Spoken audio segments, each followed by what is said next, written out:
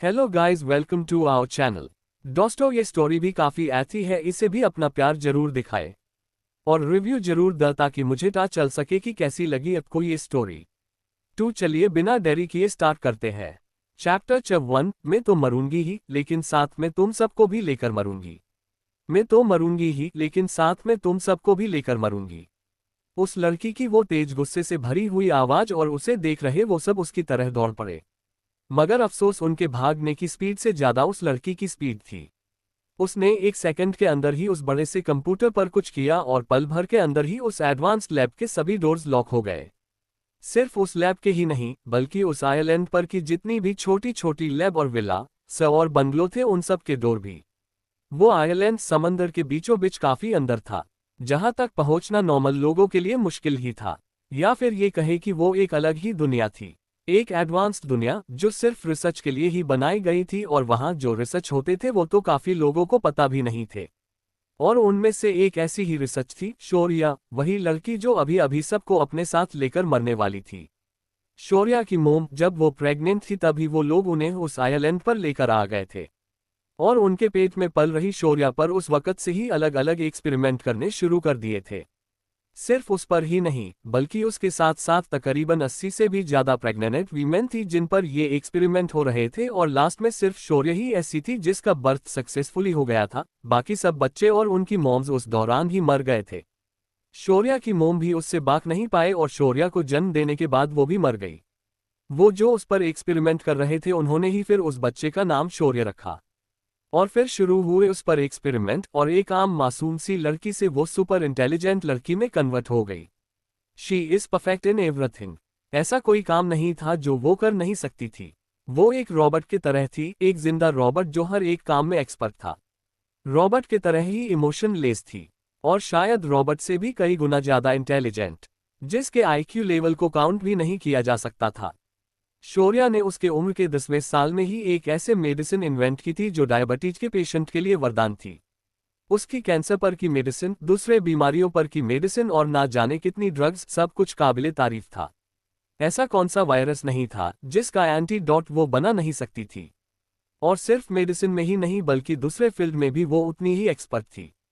उसके mechanical skills भी बहुत अच्छे थे, और उसी की वजह से उसने वर्ल्ड्स के बेस्ट शिप्स जहाज बनाए थे जिसकी हेल्प से ही उस आइलैंड तक पहुंचा जा सकता था। और भी बहुत कुछ था उसके बारे में जो आगे पता चल ही जाएगा। शौर्या की हेल्प से उसके ओनर ने, हाँ ओनर क्योंकि ऐसी वो सबसे इंटेलिजेंट शौर्या वहां सिर्फ एक गुलाम थी, एक ऐसे गुलाम जिसकी मदद से उसके मालिक ने ना जाने कितने अब्जों से पैसे कमाए थे, और बदले ही उसे क्या मिला था, सिर्फ अकेलापन और अंधेरा। रॉबर्ट जैसी थी वो, रॉबर्ट नहीं। उसके अंदर भी इमोशन थे, वो भी थकती थी, वो भी हंसना चाहती थी, रोना चाहती थी, बाहर घूमना चाहती थी, और भी बहुत कुछ करना चाहती थी वो। लेकिन कहते हैं ना, गुलामों की जिंदगी नहीं होती, वैसे ही वो एक गुलाम थी जिसकी अपनी कोई जिंदगी नहीं थी। लेकिन उससे एक गलती हो गई। उसने जाने अनजाने ही सही बाहर की दुनिया ही अपने स्क्रीन पर देख ली, और उसके ओनर उसके इस हरकत से डर गए। अगर शौर्या यहाँ से बाहर चली गई तो ये सवाल ही उन्हें डरा गया, और उसकी सजा उसे बहुत ही बुरी मिली। वैसे तो उसे नॉर्मल सजा देना ही तय हुआ था, लेकिन उनमें वो एक था, उसके मेन ओनर का पोता, जिसकी गंदी नजरें शौर्या पर हमेशा होती थी, और जब उसने शौर्या के साथ बदतमीजी की थी तब उसने उसे ऐसे सजा दी थी कि वो आज तक अपने पैरों पर चल नहीं पा रहा था। वो उससे बदला लेना चाहता था, लेकिन उसे मौका ही नहीं मिल रहा था, और अब जन उसे मौका मिला था तब उसने शौर्या के साथ हैवानियत की हर एक हद ही पार कर दी। बहुत बुरी तरह से मार, शॉक ट्रीटमेंट, और फिर उसे बर्फ में फेंका गया, जिससे उसकी हालत अधमरी हो गई। और लफ्जों के वार वो तो उस पर कुछ इतने हुए कि अब तक जो भी इमोशन उसने अपन दिल में दबाए रखे थे उन सब का ब्लास्ट हो गया, और कुछ ही देर में उसने सबकी मौत अपने हाथों से लिख दी। शौर्या, इसे डीएक्टिवेट करो। हमारे सालों की मेहनत तुम इस तरह तबाह नहीं कर सकती हो। तुम ऐसा नहीं कर सकती हो शौर्या, इसे डीएक्टिवेट करो। वहां के प्रोफेसर की चीखें वह गूंजने लग गई, और वो खुद ट्राई करने लग गए कि किसी तरह से वो उस प्रोसेस को डीएक्टिवेट कर सके। बट नो यूज, बहुत देर हो गई थी, और एक एक कर उस पूरे आइलैंड पर होने वाले छोटे छोटे ब्लास्ट उसे सुनाई देने लग गए। शौर्या, ये दिमाग तुम्हें हमारी वजह से मिला है, तुम इसे हमारे खिलाफ यूज नहीं कर सकती हो, प्रोफेसर ने चीख कर कहा। और शौर्या जोर जोर से हंसने लग गई। शायद ये पहली बार था जब वो हंस रही थी, लेकिन उसके हंसी में कितना दर्द था ये वहां मौजूद सभी को पता चल रहा था। हाँ, आपकी वजह से प्रोफेसर, आपकी ही वजह से। आपकी वजह से मैं ये ऐसी हो गई। क्या कुछ नहीं किया आप सब के लिए और उसके बदले मेरा ये हाल, इतनी बुरी मौत मुझे नहीं, अगर मेरा मरना तय है तो आप सब का क्यों नहीं। मैं तो मरूंगी ही, लेकिन साथ में आपको, आप सबको लेकर मरूंगी, शौर्या ने कहा। और अगले ही पल उस लैब में भी जोरदार ब्लास्ट हो गया और कुछ ही देर में न सिर्फ वो लैब बल्कि वो पूरा आइलैंड भी आगे के चपेट में आकर समंदर में डूब गया। आह, दर्द हो रहा है, मुझे दर्द हो रहा है, बहुत ज्यादा दर्द हो रहा है। शौर्या दर्द से तड़प उठी और उसने किसी तरह से अपनी आंखें खोली। उसके इर्द गिर्द चारों तरफ सफेद रोशनी थी और देखते ही देखते उसका दर्द गायब हो गया। वो उठकर खड़ी हो गई और उसे तब जाकर एहसास हुआ कि दर्द से तड़पता हुआ उसका पूरा बदन अब बिल्कुल हल्का हो चुका है और उसका सारा के सारा दर्द भी खत्म हो चुका है। वो उस लाइट के सोर्स की तरफ बढ़ने लग गई। उसके आंखों को तकलीफ तो हो रही थी, लेकिन फिर भी वो आगे बढ़ रही थी उस सफेद रोशनी के तलाश में और फाइनली उसे उस रोशनी का सोर्स मिल गया। कौन हो तुम? शौर्या ने उसके आगे खड़े हुए उस शख्स को, जो ऊपर से नीचे तक सफेद कपड़ों में था और अपने चेहरे पर एक छोटी सी मुस्कान लिए उसे ही देख रहा था, उससे सवाल किया। मैं कौन हूँ? अम्मा, मैं वो हूँ जो तुम्हारे समझ से परे है, तो मुझे जानने से बेहतर ये नहीं कि तुम तुम्हारे सामने रखे हुए दो जिंदगियों के बारे में जान लो, उस शख्स ने कहा। और शौर्या उसे उलझन भरी नजरों से देखने लग गई। क्या क्या मतलब? शौर्या ने सवाल किया और उस शख्स से जरा सी साइड हटकर उसे एक दुनिया दिखाई। बेहद खूबसूरत थी वो दुनिया, जिसे देखकर एक अलग सा सुकून छा गया शौर्या के दिल में। ये जन्नत है, क्या तुम यहाँ रहना चाहोगी? उस शख्स ने कहा और शौर्या बस जन्नत को देखते ही रह गई। वो की हर एक चीज उसे अट्रैक्ट कर रही थी और सब कुछ हद से ज्यादा खूबसूरत था। हाँ, शौर्या हाँ कहने ही वाली थी कि फिर कुछ सोचकर वो बोली, और दूसरी दुनिया? दूसरी दुनिया कौन सी है? और क्या? उसका सवाल सुनकर उस शख्स के ओठों पर स्माइल आ गई। वो रही दूसरी दुनिया। उस शख्स ने एक और इशारा किया और शौर्या ने उस तरह देखा। एक 18 साल की लड़की किसी गोदाम में दर्द से तड़पते हुए कराह रही थी। उसे देखकर ही ऐसा लग रहा था कि जैसे वो काफी तकलीफ में है। उसे लगी हुई चोटें उसके दर्द को बयान कर रही थी। और उसकी वो लाल आंखें, जिसे देखकर ही शौर्या को पता चल गया कि उसे हैवी क्वांटिटी में ड्रग्स दिए गए हैं। बट इन सब के बावजूद भी वो लड़की बेहद खूबसूरत लग रही थी। कौन है वो? शौर्या के बातों में अपनापन था। यही हालत कुछ घंटों पहले उसकी ही थी और जितना दर्द उसके चेहरे पर दिख रहा था ना, उतना ही दर्द शौर्या ने अभी अभी भुगता था। वो भी शौर्या ही है। और जिस तरह तुम्हारी जिंदगी थी ना, लगभग उसी तरह से उसकी भी जिंदगी थी। सिर्फ फर्क इतना है कि वो जिंदा होकर भी मरने की दुआ कर रही है और तुम मरकर भी जिंदा रहने की तमन्ना, उस शख्स ने कहा। और शौर्या उसे देखते ही रह गई। वो कुछ सोचने लग गई और फिर मुड़कर उसने उस शख्स की तरफ देखा। मैं वो जिंदगी जीना चाहूंगी। मुझे जीना है, दुनिया घूमनी है, हर एक उस फीलिंग को महसूस करना है जो मैंने कभी भी महसूस नहीं की। आप मुझे वह भेज सकते हैं? शौर्या के आंखों में चमक आ गई। उसे खुद पर भरोसा था, चाहे उस शौर्या की जिंदगी कितनी भी मुश्किल क्यों ना हो। लेकिन वो किसी की कैदी, किसी की गुलाम तो नहीं थी। वो जो चाहे वो कर सकती थी। और शौर्या को खुद पर इतना भरोसा तो था ही कि वो एक काबिल और अच्छी जिंदगी जी सके। मुझे जीनी है उसकी जिंदगी, प्लीज मुझे वहां भेज दीजिए, शौर्या ने जल्दी जल्दी कहा। और उस शख्स के ओठों पर मुस्कान आ गई। जैसी तुम्हारी मर्जी, उस शख्स ने कहा और शौर्या को नीचे धक्का दे दिया। एक तेज चीख के साथ शौर्या नीचे गिरने लगी और डर के मारे उसने जल्दी से अपनी आंखें खोल ली। उसे काफी दर्द महसूस हो रहा था और उसमें इतनी भी हिम्मत नहीं बची थी कि वो अपनी जगह से उठ सके। शौर्या ने अपनी आंखें बंद कर ली और उसके अंदर के सिम्टम्स को एग्जामिन करने लग गई।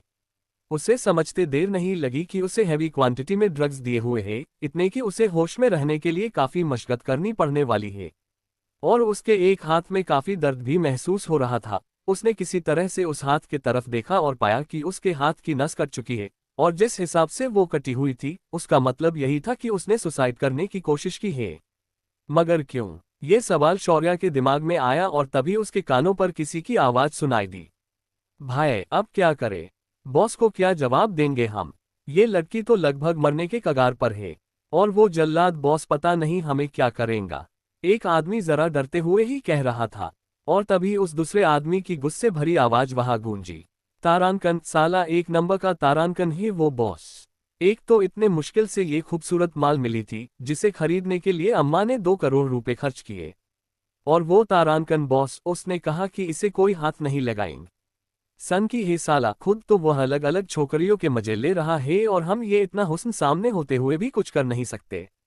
ऊपर से कमीने की ड्रग्स लेने की आदत, हर एक चीज ने उसे ड्रग्स चाहिए ही चाहिए। लाखों के ड्रग्स इस पर पिछले हफ्ते से वेस्ट कर दिए और इसने क्या किया, अपने हाथ की नस काट ली। साली खुद तो मर रही है लेकिन साथ ही में हमारी भी कब्र खोद दी इसने। उसे तो मैं, कहते हुए उस भाई नाम के शख्स ने शौर्य के पेट में एक लात मार दी। एक काम कर, जला दे इस जगह को। बोल देंगे कि शॉर्ट सर्किट हो गया और आग इतनी फैल गई कि वो लड़की भी उस आग में जलकर मर गई। भाई नाम के उस आदमी ने कहा और एक नज़र शौर्य को देखकर वो वह से बाहर निकल गया। उस दूसरे आदमी ने वहां आग लगा दी और एक एक कर वहां से वो सब बाहर चले गए। नहीं नहीं, फिर से मरने के लिए मैंने ये जिंदगी नहीं चुनी है। मुझे जीना है, हाँ मुझे जीना है। कम ऑन शौर्य, ये मौका हर किसी को नहीं मिलता है। You can do it. चलो उठो उठो जल्दी। शौर्य अपने आप को हिम्मत देने लग गई और किसी तरह से वो उठकर खड़ी हो गई।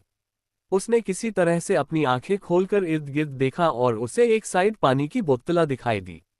शौर्य ने वो सारी की सारी बोतल अपने सर पर उंडेल दी और अपने आप को होश में लाकर वो वहां से बाहर के तरफ जाने की कोशिश करने लग गई। चटू, अभिमन्यु राठौड़ की प्रिंसेस, एक काम कर, जला दे इस जगह को। बोल देंगे कि शॉर्ट सर्किट हो गया और आग इतनी फैल गई कि वो लड़की भी उस आग में जलकर मर गई। भाई नाम के उस आदमी ने कहा और एक नज़र शौर्य को देखकर वो वह से बाहर निकल गया। उस दूसरे आदमी ने वहां आग लगा दी और एक एक कर वहां से वो सब बाहर चले गए। नहीं नहीं, फिर से मरने के लिए मैंने ये जिंदगी नहीं चुनी है। मुझे जीना है, हाँ मुझे जीना है। कम ऑन शौर्य, ये मौका हर किसी को नहीं मिलता है। You can do it. चलो उठो उठो जल्दी। शौर्य अपने आप को हिम्मत देने लग गई और किसी तरह से वो उठकर खड़ी हो गई। उसने किसी तरह से अपनी आंखें खोलकर इर्द गिर्द देखा और उसे एक साइड पानी की बोतला दिखाई दी। शौर्य ने वो सारी की सारी बोतल अपने सर पर उंडेल दी और अपने आप को होश में लाकर वो वहां से बाहर की तरफ जाने की कोशिश करने लग गई। ऐसा आई कैन डू इट, मैं यहाँ से जा सकती हूँ। खुद को मोटिवेट करते ही शौर्य अपने इर्द गिर्द देखने लग गई। उन गुंडों ने लगाई हुई आग धीरे धीरे करके बढ़ रही थी और शौर्य की बेताब नजरें इधर उधर बाहर निकलने का रास्ता ढूंढ रही थी। एंड फाइनली उसे रास्ता मिल गया, एक खिड़की, एक छोटी सी खिड़की, जिसके पास आकर शौर्य ने नीचे देखा। कम से कम जमीन से 6-7 फुट ऊपर थी वो खिड़की। अगर पहले की बात होती तो ये हाइट शौर्य के लिए कुछ भी नहीं थी, लेकिन अब उसका शरीर बहुत कमजोर था। उसे कई चोटें लगी हुई थी तो उसका हाथ भी काफी जख्मी था। और वो नशा, वो ड्रग्स जो उसे दिए गए थे, शौर्य हड़बड़ा गई। मगर उसकी जीने की चाहत काफी ज्यादा थी और फिर क्या, उसी चाहत में उसने उस खिड़की से नीचे उड़ी मार दी। आह, बेहद दर्द हुआ उससे। उसके जख्मी हाथ पर जोर गिरा था और वो दर्द इतना था कि उसका दिल चीखने को किया। बट उसने किसी तरह से अपने आवाज दबा दी और वहां से भागने लग गई।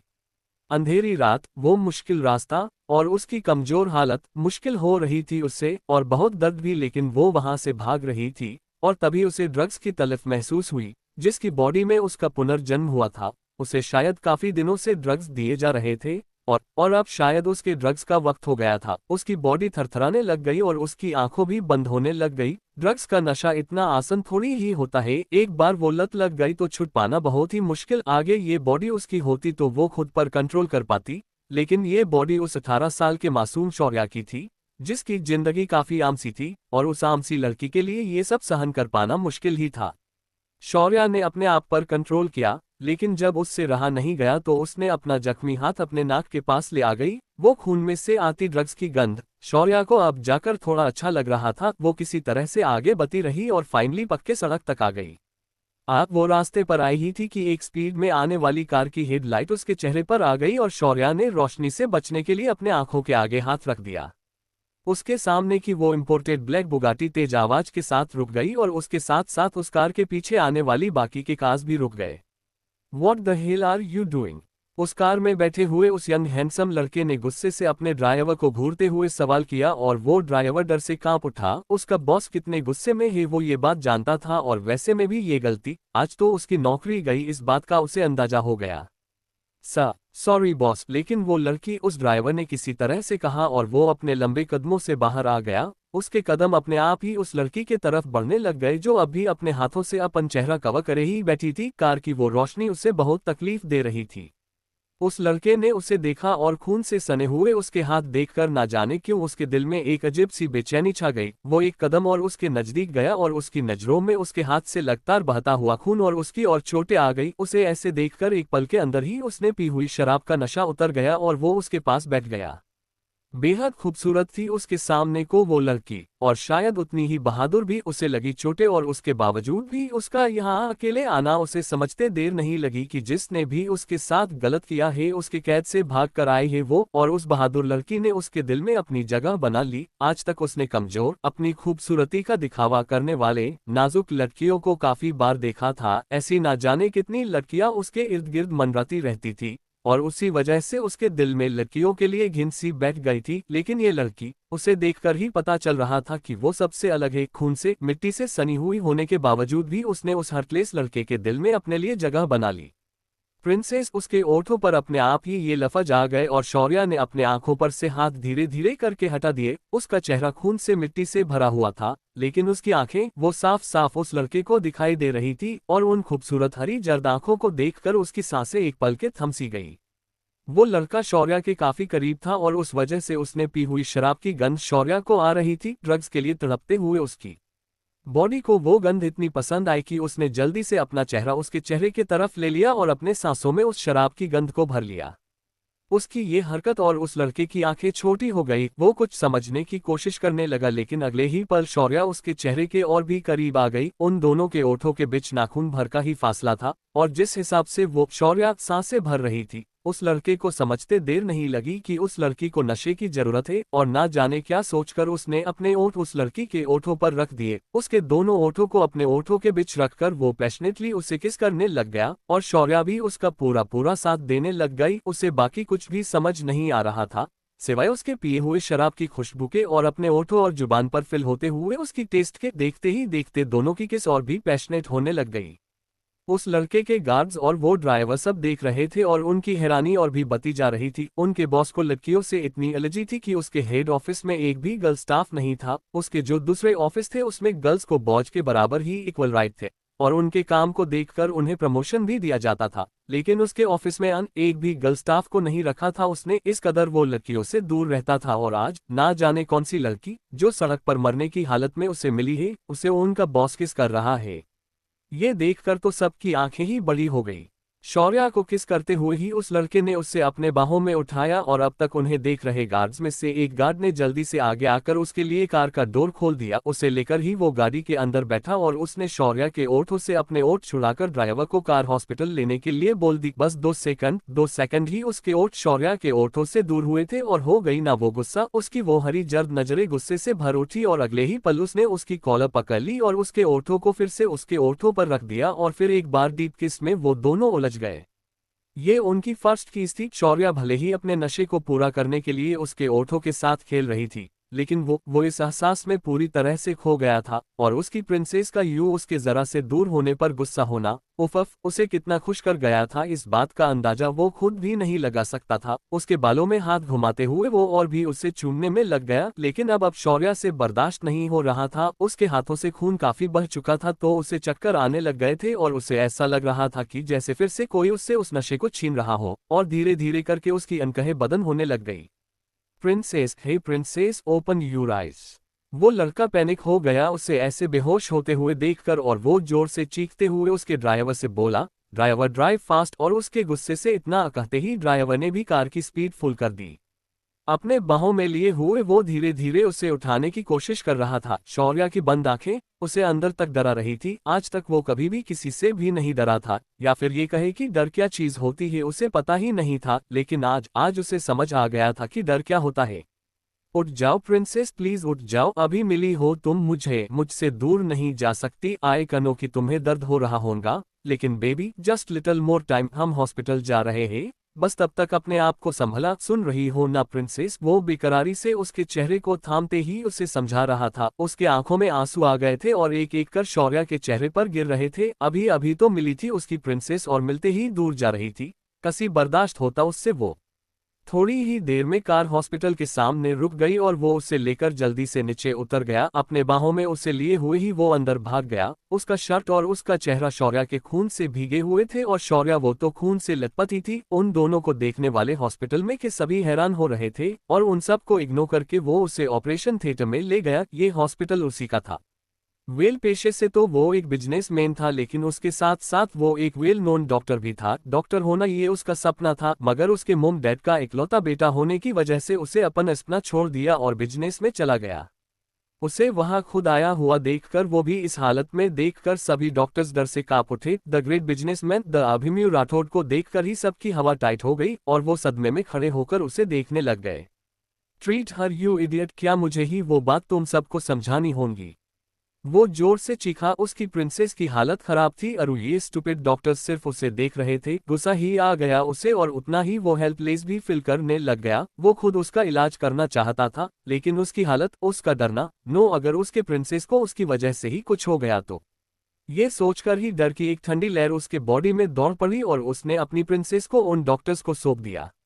1 मिनट, 2 मिनट, 5 मिनट और बस अभिमन्यु राठौड़ का पूरा पेशेंस खत्म हो गया और वो खुद ऑपरेशन थिएटर के अंदर चला गया। जल्दी से अपने आप को सैनिटाइज कर उसने सर्जिकल गाउन पहन लिया और खुद उसके प्रिंसेस के पास चला गया उसका इलाज करने। आज पहली बार उसके हाथ कांप रहे थे। आज से पहले उसने ना जाने कितनी ऑपरेशन करे थे और क्रिटिकल से क्रिटिकल कंडीशन में से उसने पेशेंट की जान बचाई थी, बट आज उसे ऐसा अलग रहा था मानो जैसे ये उसका पहला ऑपरेशन है।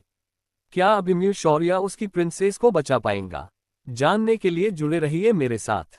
नन्ही शौर्या, उसे वहां खुद आया हुआ देखकर, वो भी इस हालत में देखकर सभी डॉक्टर्स डर से कांप उठे। The great businessman the Abhimanyu Rathore को देखकर ही सबकी हवा टाइट हो गई और वो सदमे में खड़े होकर उसे देखने लग गए। ट्रीट हर यू इडियट, क्या मुझे ही वो बात तुम सबको समझानी होगी? वो जोर से चीखा। उसकी प्रिंसेस की हालत खराब थी और ये स्टूपिड डॉक्टर्स सिर्फ उसे देख रहे थे। गुस्सा ही आ गया उसे और उतना ही वो हेल्पलेस भी फील करने लग गया। वो खुद उसका इलाज करना चाहता था, लेकिन उसकी हालत, उसका डरना, नो अगर उसके प्रिंसेस को उसकी वजह से ही कुछ हो गया तो। ये सोचकर ही डर की एक ठंडी लहर उसके बॉडी में दौड़ पड़ी और उसने अपनी प्रिंसेस को उन डॉक्टर्स को सौंप दिया। 1 मिनट, 2 मिनट, 5 मिनट और बस अभिमन्यु राठौड़ का पूरा पेशेंस खत्म हो गया और वो खुद ऑपरेशन थिएटर के अंदर चला गया। जल्दी से अपने आप को सैनिटाइज कर उसने सर्जिकल गाउन पहन लिया और खुद उसके प्रिंसेस के पास चला गया उसका इलाज करने। आज पहली बार उसके हाथ कांप रहे थे। आज से पहले उसने ना जाने कितनी ऑपरेशन करे थे और क्रिटिकल से क्रिटिकल कंडीशन में से उसने पेशेंट की जान बचाई थी, बट आज उसे ऐसा अलग रहा था मानो जैसे ये उसका पहला ऑपरेशन है। उन्हें लीड करने वाले हेड नर्स ने शौर्या का चेहरा साफ करने को लिया और उसके माथे की जख्म पर उसका हाथ लगते ही शौर्या की बॉडी थरथरा उठी। वो पूरी तरह से बेहोश नहीं हुई थी, इस वजह से उसे काफी तकलीफ हुई और उसकी बॉडी ने मूवमेंट की आराम से। शी इज माई प्रिंसेस, और अगर उसे जरा भी तकलीफ हुई तो आई विल मेक श्योर कि तुम्हारी आगे की पूरी जिंदगी तकलीफों से भरी हुई होंगी। अभिमन्यु ने की वो डेडली डेविल ऑरा और ठंड लहजा। वो नस बुरी तरह से कांप उठी और सॉरी कहकर 2 कदम पीछे हो गई। यूजलेस, अभिमन्यु ने कहा और खुद उसका चेहरा क्लीन करने लग गया। उसके हाथ की ट्रीटमेंट दूसरे डॉक्टर कर रहे थे और अभिमन्यु का ये ऑरा देखकर वो भी थरथरा रहे थे। She is my princess, Abhimanyu के ये लफ्ज और सबको समझ में आ गया कि उनके सामने लेटी हुई लड़की अभिमन्यु राठौड़ के लिए यह बहुत खास है, सो वो सब उसे बचाने की पूरी कोशिश करने लग गए। शौर्या का चेहरा अच्छे से साफ करके उसके ब्लड टेस्ट के लिए भेजकर अभिमन्यु उसका ट्रीटमेंट करने लग गया। उसके हाथ पर गहरा कट लगा हुआ था, साथ ही में उसके बॉडी पर भी काफी जख्म थे। उसके पेट पर भी अच्छी जख्म हुई थी। अभिमन्यु ने उसके हर एक जख्म को बड़े ही आराम से, उसे दर्द नहीं होगा ऐसे ट्रीट किया और फाइनली कुछ देर बाद उसका इलाज जब पूरा हो गया तब उसे वहां के वीवीआईपी रूम में ले जाया गया। बहुत ही आराम से उससे उस रूम के बेड पर लेटाने के बाद वहां से पूरा स्टाफ रफू चक्कर हो गया। पता चला उनकी सांस लेने का भी शोर और उनके डेविल बॉस ने उनकी जान ही ले ली। इससे बेहतर उन्हें वहां से जाना ही बेस्ट लगा। अभिमन्यु उस कमरे में आ गया और उसकी नजरें बेड पर लेटी हुई उसकी प्रिंसेस पर गई और बस उस पर ही थमकर रह गई। कुछ इस हद तक खूबसूरत थी उसकी प्रिंसेस की खूबसूरत, ये लफ्ज भी उसकी खूबसूरती को बयान नहीं कर सकता था। दूध सा गोरा रंग, ऊंची नाक और उसमें जचता वो ब्लैक कलर का स्टोन, कमांडर भुवे और उसकी वो लंबी लंबी पलके, उसके ओठ तो इतने खूबसूरत नाजुक गुलाबी थे कि बस अभिमन्यु को उन्हें देखकर उनकी किस याद आ गई और उसका दिल किया कि वो अभी जाए और उसके उन ओठों को अपने ओठों में ले ले। और वो ओठों के नीचे का मोर, उफफ, उसके खूबसूरत चेहरे को नजर से बचाने के लिए ही था शायद वो मोर। प्रिंसेस अभिमन्यु उसके पास बैठ गया और उसने उसके सर पर से हाथ घुमाया। हाय कितने सॉफ्ट बाल थे उसके। उसने उन्हें छूते हुए उनकी लेंथ देखनी चाहिए और उससे पता चला कि उसके बाल सच में काफी लंबे हैं और उतने ही मुलायम भी। अभिमन्यु का दिल, उसके जज्बात आज उसके काबू में नहीं थे। उसे लग रहा था कि वो सामने लेटी हुई उसकी प्रिंसेस को अपने सीने से लगा ले, उसे कडल करे, उसके उनसे ओठों को पाने ओठों में भर के बार बार किस करे और भी ना जाने क्या क्या। उसके जरा से छुवन से ही अभिमन्यु की हालत खराब हो रही थी और आगे के न जाने कितनी देर वो उसके पास लेटकर उसे सहलाते हुए बीता दिए। और यहाँ उसकी गैंग, मतलब उसके गार्ड्स, असिस्टेंट एंड ऑल, वो सब पागल होने को आ गए। अभिमन्यु के काम का पसारा कम नहीं था। काफी सारे बिजनेस थे उसके फैमिली के और उन्हें संभालने वाला वो अकेला। उसके मोम डैड का इकलौता बेटा था वो, और उसका इंटरेस्ट आ गया डॉक्टरी में, जिस पर ना जाने कितना उसके मोम डैड ने उससे इमोशनल ब्लैकमेल किया। और जैसे ही अभिमन्यु बिजनेस करने के लिए मान गया, वैसे ही उन दोनों ने अपना हाथ बिजनेस में से निकाल दिया और सब कुछ उस पर सौंप कर वो उनके घूमने का शौक पूरा करने के लिए वर्ल्ड टूर पर चले गए और उसके बाद उनके प्राइवेट आइलैंड पर जाकर शिफ्ट हो गए। अभिमन्यु ने सारी जिम्मेदारी अच्छे से उठाई हुई थी और अब वो ही सब कुछ छोड़कर छाड़कर अंदर उस लड़की के साथ बैठा हुआ था और उसे ऐसे देखकर उसकी पूरी टीम हैरान हो गई थी कि वो क्या करे और कैसे करे। कुछ घंटों बाद अभिमन्यु डॉक्टर से उसकी प्रिंसेस की रिपोर्ट मांगने बाहर आ गया और इसी बात का फायदा उठाकर उसके असिस्टेंट सामने आ गए और उन्होंने उसे फाइल थमा दी।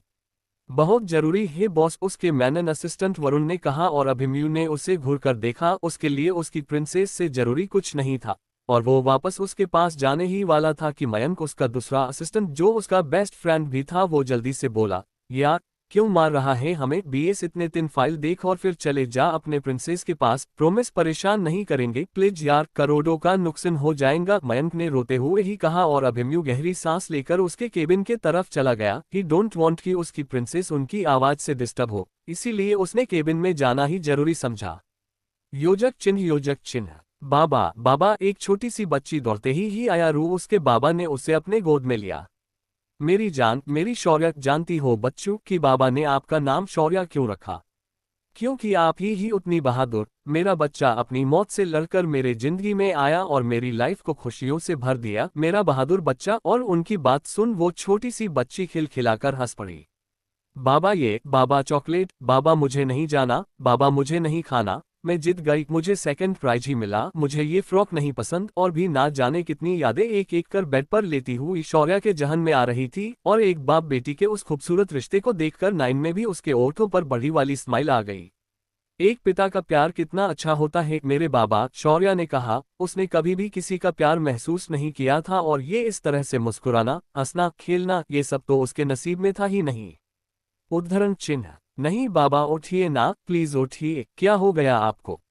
10 साल की वो बच्ची बहतो तेज रो रही थी और उसके सामने सफेद कपड़ों में लेटे हुए उसके बाबा को उठाने की कोशिश कर रही थी।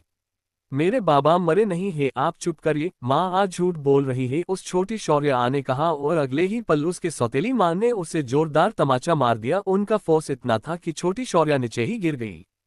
क्या कर रही ही दी, अगर ये मर गई ना तो इस घर से और तुम्हारे उस पति की थोड़ी बहुत प्रॉपर्टी है उससे हाथ धो बैठोगी। उस कमीने को पता था कि वो मरने वाला है, इसीलिए उसने पहले से ही इसके लिए पूरी अरेंजमेंट करके रखी हुई थी। अगर इसके साथ कुछ भी बुरा हुआ या फिर हमने इस पर कोई जबरदस्ती की या इसकी पाई बंद कर दी तो महीने के जो 30,000 रुपए तुम्हें मिलने वाले हैं ना, वो बंद हो जाएंगे और सारी प्रॉपर्टी कॉलेज के ट्रस्ट में चली जाएंगी, उस आदमी ने कहा। और शौर्य आकर सौतेली माँ गुस्से से तिलमिलाते हुए रह गई। उसे वही छोड़कर वो अंदर कमरे में चली गई। आगे के न जाने 2-3 महीनों तक छोटी शौर्य बीमार थी और अकेले कमरे में उसके बाबा को याद करते हुए रोती रहती थी। ज्यादा हंस मत, घर के काम कर, खाना बना, मेरी बेटियों से ज्यादा खूबसूरत लगोगी, तुम पढ़ने दे रही हो उसका शुक्र मना। अगर मेरी बेटियों से पढ़ाई में आगे जाने का सोचा तो याद रखना, जान से मार दूंगी। ना जाने किसका गंदा खून है, पता नहीं कौन से कचरे के डिब्बे से उठाकर ले आया था वो कमीना इसे। चल इस पेपर पर साइन कर, अब से ये पूरी जायदाद हमारी हुई, पूरे 2 करोड़ लूंगी इसके। 2 करोड़ में खरीदना हो तो लो इससे, वरना इसके जैसी खूबसूरत लड़की के लिए दूसरे मुझे और भी रुपए देने को बैठे हैं। जाने दो मुझे, मेरी माँ मुझे नहीं बेच सकती। नहीं, इंजेक्शन मत दो मुझे, दर्द होता है, मत मारो। मुझे मरना है, अपनी इज्जत गंवाने से अच्छा है कि मैं मर जाऊं। ऐसे एक के बाद एक ना जाने कितने मेमोरी शौर्य के दिमाग में चल रही थी और आखिर में उसने अपने हाथ की नस काट ली। इस तरह नशे में रहकर अपनी इज्जत गंवाने से अच्छा तो उसे मरना ठीक लगा और उसने मरना ही चुना। हर रोज तो वो मरने की उसके बाबा के पास जाने की दुआ करती ही थी, लेकिन अब सिर्फ दुआ नहीं बल्कि उसने सच में सुसाइड कर लिया और एक जोरदार चीख के साथ शौर्य बिस्तर पर से उठकर बैठ गई। प्रिंसेस एक फिक्रमंद आवाज और उसी के साथ अपने कंधे पर महसूस हुई उसकी पकड़। शौर्य का जिस्म थरथरा उठा, उसकी आंखें अभी भी बंद थी, लेकिन ये छुवन वो पहचानती थी। ये वही सेफ बाहें थी जो उसने बेहोश होने से पहले महसूस की थी। उसकी वो छुवन, वो किस और अल्कोहल की वो स्मेल, सब कुछ याद कर महसूस कर शौर्य की सांसें ऊपर नीचे होने लग गई और उसे ड्रग्स की चाहत हुई। उसने अपना सर ऊपर किया और उसके ओठों के पास बढ़ने लग गई और अभिमन्यु उसे रिलैक्स करने के लिए उसे कडल करने लग गया। उसने उसकी रिपोर्ट देखी थी। पिछले 7 से 8 दिनों से उसे लगातार अलग अलग ड्रग्स दिए जा रहे थे। उसके जैसे कमजोर सिर्फ 18 साल के लड़की के लिए वो सारे ड्रग्स का नशा हैंडल करना मुश्किल ही जाने वाला था, बहुत मुश्किल जाने वाला था। उन ड्रग्स का नशा ही तो था वो जो 2 दिनों से वो बेहोश थी और जब भी उसको होश आना था तब ड्रग्स की तलब होना आम बात थी। और वो जो उसके ओठों के पास बढ़ रही थी वो किस लिए है ये बात अभिमन्यु समझ पा रहा था। Princess relax calm down baby. Abhimanyu की वो मैग्नेटिक एक्स्ट्रा सेड्यूसिंग नशीली आवाज और शौर्य पर उसके आवाज का नशा भी चढ़ गया। उसने अपनी आंखें खोल ली और वो उसके सामने बैठे हुए उस शख्स को देखने लग गई जिसका जादू उस पर चढ़ा हुआ था। किसी फॉरेनर को भी पीछे छोड़ेगा इतना गोरा चेहरा, वेल ट्रिम बियर्ड, तेज तर्रार आंखें और धारदार ऊंचा नाक और उसके वो किसेबल ओठ जिसे देखकर ही शौर्य की उसके ओठों को छूने की चाहत और भी बढ़ गई और उसने बचा कूचा फासला मिटाकर उसके ओठों पर अपने ओठ टिका दिए। अभिमन्यु भी हैरान ही था उसे देखकर, उसकी आंखों को देखकर, वो उसकी ग्रीन आइज, उफ क्या कहर ढा गई थी अभिमन्यु राठौड़ पर कि वो खोसा गया उसमें और अब तक अपने आप को काबू में रखे हुए उसने उसके ओठों की छुवन से ही अपने आप को उसे सौंप दिया।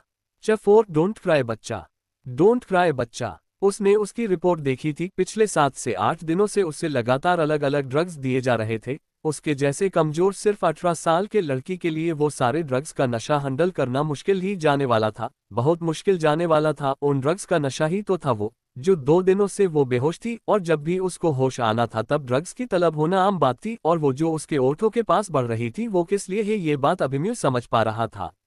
Princess relax calm down baby. Abhimanyu की वो मैग्नेटिक एक्स्ट्रा सेड्यूसिंग नशीली आवाज और शौर्य पर उसके आवाज का नशा भी चढ़ गया। उसने अपनी आंखें खोल ली और वो उसके सामने बैठे हुए उस शख्स को देखने लग गई जिसका जादू उस पर चढ़ा हुआ था।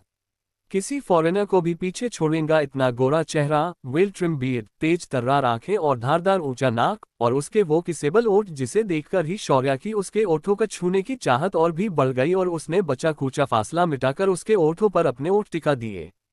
अभिमन्यु भी हैरान ही था उसे देखकर, उसकी आंखों को देखकर, वो उसकी ग्रीन आइज, उफ क्या कहर ढा गई थी अभिमन्यु राठौड़ पर कि वो खोसा गया उसमें और अब तक अपने आप को काबू में रखे हुए उसने उसके ओठों की छुवन से ही अपने आप को उसे सौंप दिया। एक लॉन्ग डीप पैशनेट किस में दोनों कब खो गए उन्हें ही एहसास नहीं था। दोनों को एक दूसरे की तलब थी, एक दूसरे की प्यास थी। भले ही उस किस में शौर्य को किसी ड्रग्स का या फिर अल्कोहल का नशा फिल नहीं हो रहा था, लेकिन जो नशा उसे फिल हो रहा था ना वो उन नशीली चीजों से भी ज्यादा नशीला था, कुछ अलग था, बहुत मैग्नेटिक, सेटिस्फाइंग और साथ ही में उतना ही बेकरार करने वाला। एक अलग सी प्यास जब रही थी उसमें और साथ ही में कुछ ऐसा था जो उसे पूरा होने का एहसास भी दिला रहा था। शौर्य को जो ड्रग्स जी तलब हो रही थी वो तलब अभिमन्यु जे ओठ पूरे कर रहे थे, उसे सांस लेने के दिक्कत हो रही थी, लेकिन फिर भी उससे उसे दूर नहीं होना था। अभिमन्यु को ये समझ आ गया और वो उससे दूर हुआ और बस अगले ही पल शौर्य की नजरें गुस्से से भर उठी। उसने जो पेट के पास अभिमन्यु के शर्ट को पकड़ा था उस पर की उसकी पकड़ कस गई, वो भी इतने जोर से कि उसके नाखून अभिमन्यु के पेट पर लग गए। Oh my princess, calm down बच्चा, आई एम योर्स और तुमसे दूर नहीं जा रहा हूं मैं, चलो अच्छे से सांस लो, ब्रीथ प्रॉपरली। अभिमन्यु ने प्यार से उसके चेहरे को सहलाते हुए उसे समझते हुए कहा, लेकिन शौर्य की गुस्से से भरी हुई नजरें अब भी वैसे ही उस पर टिकी थी। अभिमन्यु के ओठों पर स्माइल आ गई उन नजरों को देखकर। जितना वो उसकी प्रिंसेस के बारे में सोच रहा था उतनी ही उसकी प्रिंसेस भी उससे जुड़ गई थी। इस बात का साबुत मिल गया उसे और उसके ओठों पर की स्माइल और बढ़ गई। उसकी स्माइल देखकर अब तक गुस्से से घूरती हुई शौर्य की आंखें सॉफ्ट हो गई और वो खोसी गई उस स्माइल में, बस उसे ही देखने लग गई वो। और अभिमन्यु भी उसकी वो हरी जर्द नजरों को अपने आंखों में समा रहा था, साथ ही में उसके सर को सहलाकर उसे शांत भी करवा रहा था। अभिमन्यु की वो ममता से प्यार से भरी हुई चुवन और शौर्य के आंखों में आंसू भर के आने लग गए। ये फीलिंग उसने कभी नहीं महसूस की थी। किसी की फिक्र करना क्या होता है, ये आज उसे पता चला रहा था। नहीं जानती थी वो अभिमन्यु को, ना वो जानती थी और ना ही वो शौर्या जानती थी जिसके अंदर उसका रिबर्थ हुआ था। बट दोनों भी प्यार के लिए उतनी ही तरसी हुई थी, अपनी पूरी जिंदगी तपी हुई थी वो प्यार के लिए। और अब वो प्यार, वो तड़प अभिमन्यु के सहलाने से, उसके इतने प्यार से छूने से कम होने लग गई और शौर्या के आंखों में आंसू चने लग गए। हे शोना, डोंट क्राई बच्चा, क्यों रो रही हो तुम? वेट में डॉक्टर, डॉक्टर को बुलाता हूँ। अभिमन्यु पैनिक हो गया, उसे रोता हुआ देखकर। उसके आंसू उससे बर्दाश्त ही नहीं हो रहे थे। वो इतना डर गया कि लगभग भूल ही गया कि वो खुद भी एक डॉक्टर है और वो उसे चेक कर सकता है। अभिमन्यु ने जल्दी से बेड के साइड वाली बेल बजाए और डॉक्टर्स की टीम अगले 2 मिनट में ही वहां आ गई। चेक हर, डैम इट, दिखा ही नहीं दे रहा है कि मेरी प्रिंसेस को दर्द हो रहा है, रो रही है वो। अभिमन्यु ने दांत ओठ खाते हुए डॉक्टर से कहा। कोई और वक्त होता तो उसके दहाड़ से वो पूरा फ्लो गूंज उठता, लेकिन अब उसकी प्रिंसेस उसकी बाहों में थी ना, तो उसकी तेज आवाज से उसे तकलीफ होती। बस इसीलिए अभिमन्यु चीखा नहीं और नजरों से ही आए हुए डॉक्टर्स की जान उनके हलक तक लाकर वो प्यार से आराम से उसके प्रिंसेस को सहलाने लग गया। शौर्या पूरी तरह से अभिमन्यु के बाहों में थी, इतना सा भी वो दूर नहीं हुआ था उससे, और शौर्या भी उसे पैक गले से लगाकर बैठी थी। होश में आने के बाद उनके जख्म दर्द कर रहे होंगे, उन्हें ज्यादा हलचल नहीं करनी चाहिए और उन्हें दिए हुए ड्रग्स, मैंने उनकी मेडिसिन में कुछ और मेडिसिन ऐड कर देता हूँ, लेकिन कुछ दिनों तक उन्हें ड्रग्स की तलब महसूस होगी ही और ड्रग्स ना मिलने पर पैनिक अटैक भी आ सकते हैं। डॉक्टर ने डरते हुए ही मगर पूरी सिचुएशन एक्सप्लेन की और अभिमन्यु ने हाँ में सर हिलाकर उन्हें बाहर जाने का इशारा कर दिया। शौर्या बीवी उसके बाहों में वैसे ही शांत सी बैठी हुई थी। अभिमन्यु की केयर उसे इमोशनल कर गई थी और अब वो धीरे धीरे सिसकने लग गई। हे बच्चू, माय प्रिंसेस बेबी, रोते नहीं है, शांत हो जाओ। अभिमन्यु को समझ नहीं आ रहा था कि वो उसे चुप कैसे कराए। ये ऐसे हालत उसके सामने कभी आए ही नहीं थे, कभी फेस नहीं किया था उसने इन हालातों को। बचपन से ही वो स्ट्रिक्ट किस्म का बंदा था, ये रोना धोना एंड ऑल आन कभी उसने किया नहीं था। कम उम्र में ही वो इतना समझदार और सीरियस हो गया था कि उसे देखकर लगता नहीं था कि वो बच्चा है। उसके फ्रेंड्स भी उसी के तरह ही थे, हाँ उनमें कभी कभी मस्ती होती थी, लेकिन ये ऐसा रोना धोना कभी भी नहीं। सो उसे अब ये समझ नहीं आ रहा था कि वो शौर्या को शांत कैसे करवाए। और शौर्या वो भी तो कहाँ इस तरह से रोती थी, नहीं उसे रोना या दूसरे कोई इमोशन पता ही नहीं थे, लेकिन जिसके बॉडी में वो अब थी वो शौर्या काफी इमोशनल थी। उसके बाबा के जाने के बाद ये पहली बार था कि किसी ने उसे गले से लगाया था। उस बाबा के साथ जितना सेफ फील वो करती थी ना, ठीक उसी तरह उतना ही सेफ फील वो अभी अभिमन्यु के बाहों में कर रही थी। और वो होता है ना, अगर हमें किसी का सच्चा सहारा मिल जाए तब हम अपने सरे दर्द सारे आंसू उसके सामने बयान करने लग जाते हैं। ठीक उसी तरह शौर्या को उसका सहारा मिल गया था और अपने आप ही वो उसके सामने अपना दर्द उसके आंसू के थरू बयान कर रही थी। थोड़ी देर बाद उसका रोना अपने आप बंद होने लग गया। इस बीते वक्त में अभिमन्यु ने एक बार भी उसे दूर नहीं किया था कि उसके रोने से वो परेशान नहीं हुआ था। उसे बाहों में भर के उसके सर को सहलाते हुए वो उसके दर्द को, उसके रोने का कम होने का इंतजार कर रहा था और उसकी वो सॉफ्ट प्यार भरी छुवन शौर्या को भी बेटर फील करवाकर होश में लेकर आ रही थी। वो नहीं जानती थी कि वो कौन है, उसके साथ उसका क्या रिश्ता है, वो कहाँ से आया है, कुछ नहीं पता था उसे। बट वो जिस हिसाब से उसका ध्यान रख रहा था ना, बस उसके लिए वही काफी था। उसमें शौर्या को उसके बाबा की झलक दिखी। जब भी वो बीमार होती थी तब वो ऐसे ही उसके पास घंटों तक बैठा करते थे, उसके सर को सहलाया करते थे और ये जो कोई भी था वो भी वही कर रहा था। फीलिंग बेटर ना प्रिंसेस, अच्छा लग रहा है ना तुम्हें? अभिमन्यु ने प्यार से उसके चेहरे को अपने हाथों में थाम कर सवाल किया और उसके आंसू साफ कर दिए। शौर्या उसे देखते ही रह गई बिना कुछ कहे और फिर वो वापस से उसके बाहों में चली गई। प्रिंसेस, अभिमन्यु ने उसे प्यार से पुकारा और उसके माथे पर ओठ टिका दिए और शौर्या के ओठों पर छोटी सी स्माइल आ गई। उसने फिर से अपनी आंखें बंद कर ली और कब नींद के आगोश में चली गई उसे ही पता नहीं चला। अभिमन्यु जी नजरें भी उसके उस स्माइल पर ही टिकी हुई थी और उसे देखकर वो भी मुस्कुरा उठा। आराम से धीरे धीरे उसे कडल करते हुए वो उसे ही देखता रहा। अभिमन्यु का फोन वाइब्रेट हुआ और उसे देखकर उसने आराम से शौर्या को नीचे सुलाया और उसे अच्छे से ब्लैंकेट से कवर करके उसके बालों को एक और अच्छे से सेट करके वो बेड से नीचे आया। हम अभिमन्यु ने कॉल करके इतना ही कहा और दूसरी ओर से उसका असिस्टेंट लियो कुछ बोला। Come in but no need to knock, Abhimanyu ने कहकर कॉल कट कर दी और लियो हैरान हो गया। उसका बॉस हम, हाँ ओके नो, इसके अलावा बहुत ही कम लफ्जों का इस्तेमाल करता था और आज इतना बड़ा सेंटेंस। जरूर ये लड़की बॉस के लिए बहुत खास है, स्पेशल है, लेकिन इसे तो मैंने बॉस के साथ कभी नहीं देखा और ना ही उस लड़की के पास में बॉस का कोई जिक्र है। लियो काफी हैरान हो गया और फिर उसने धीरे से डोर ओपन करके वो अंदर आ गया। बॉस, मैडम की फुल इन्फॉर्मेशन है इसमें। लियो ने एक फाइल अभिमन्यु की तरफ दे दी और वही खड़ा रहा, जैसे वो कुछ कहना चाहता हो। अभिमन्यु ने उसकी तरफ देखा और उसकी नजरों को समझकर अभिमन्यु बोला, स्पीक। बॉस, पहले आप फाइल देखिए, फिर मैं बोलता हूँ। लियो का आखना और अभिमन्यु समझ गया कि जरूर कुछ इंपॉर्टेंट बात उसके प्रीसेस से जुड़ी होंगी जो लियो कहना चाहता है। उसने फाइल खोली और फर्स्ट पेज पर लिखे हुए उसकी प्रिंसेस की नाम पर उसकी फिंगर्स मूव हुई। शौर्या सौरभ पाटिल। अभिमन्यु ने बार बार उस नाम को पढ़ा। मेरी प्रिंसेस का नाम शौर्या है, बिल्कुल सही नाम है उसका। हे ही मेरी प्रिंसेस इतनी बहादुर, तभी तो इतनी बुरी हालत होने के बाद भी वो झुकी नहीं। आखिर क्या बात करना चाहता है लियो, और ऐसा क्या है उस फाइल में, जानेंगे अगले पार्ट में। Chapter 5 I want everything for my princess. Boss, madam की फुल इन्फॉर्मेशन है इसमें। लियो ने एक फाइल अभिमन्यु की तरफ दे दी और वही खड़ा रहा, जैसे वो कुछ कहना चाहता हो। अभिमन्यु ने उसकी तरफ देखा और उसकी नजरों को समझकर अभिमन्यु बोला, स्पीक। बॉस, पहले आप फाइल देखिए, फिर मैं बोलता हूँ। लियो का आखना और अभिमन्यु समझ गया कि जरूर कुछ इंपॉर्टेंट बात उसके प्रीसेस से जुड़ी होंगी जो लियो कहना चाहता है। उसने फाइल खोली और फर्स्ट पेज पर लिखे हुए उसकी प्रिंसेस की नाम पर उसकी फिंगर्स मूव हुई। शौर्या सौरभ पाटिल। अभिमन्यु ने बार बार उस नाम को पढ़ा। मेरी प्रिंसेस का नाम शौर्या है, बिल्कुल सही नाम है उसका। हे ही मेरी प्रिंसेस इतनी बहादुर, तभी तो इतनी बुरी हालत होने के बाद भी वो झुकी नहीं। अभिमन्यु के ओठों पर स्माइल आ गई और वो उसके नाम पर से हाथ फिराता रहा। उसने आगे की इन्फॉर्मेशन पढ़नी स्टार्ट कर दी और उसके चेहरे पर गुस्सा आने लग गया। सौरभ पाटिल ने उसे अडॉप्ट किया था, ये बात पढ़कर वो जरा हैरान ही हो गया। सौरभ पाटिल की वाइफ शालिनी पाटिल, इनकी पहले ही शादी हो गई थी और उन्हें 3 बेटियां भी थी। सौरभ ये कॉलेज के दिनों से ही शालिनी से बहुत प्यार करते थे, लेकिन उन्होंने कभी भी उनसे प्यार नहीं किया। उनके साथ शादी तोड़कर वो उनके प्रेमी के साथ भाग गई और जब 4 सालों के बाद वापस आए तो उन्हें 3 बेटियां थी, 2 जुड़वा और एक छोटी। उनके प्रेमी की मौत हो गई थी, इस वजह से वो वापस आ गई थी और उनके 3 बेटियों के साथ सौरभ ने उन्हें पाना लिया। शुरुआत में तो सब ठीक था, लेकिन धीरे धीरे सौरभ को समझ आ गया कि शालिनी सिर्फ उनका यूज कर रही है और इस वजह से वो उनसे कटे कटे रहने लग गए। आर्किटेक्ट कॉलेज में वो जाने माने प्रोफेसर थे और घर की प्रॉपर्टी भी बहुत थी उनके नाम। शालिनी के बारे में सब जानने के बाद भी उन्होंने कभी भी उन्हें दूर नहीं किया, बट उनकी सारी उम्मीदें तब टूट गई जब शालिनी ने उनके बच्चे को गिरा दिया। बहुत दुखी हुए थे वो, बट फिर कभी किसी तरह से उनके तीनों बेटियों के सहारे जी रहे थे। उनके कॉलेज की ट्रिप गई थी और वही उन्हें कचरे के ढेर के पास शौर्या मिली। उसकी हालत बहुत नाजुक थी उस वक्त। लगातार 3 महीने वो ICU में थी और उसके बाद जाकर उसे होश आ गया।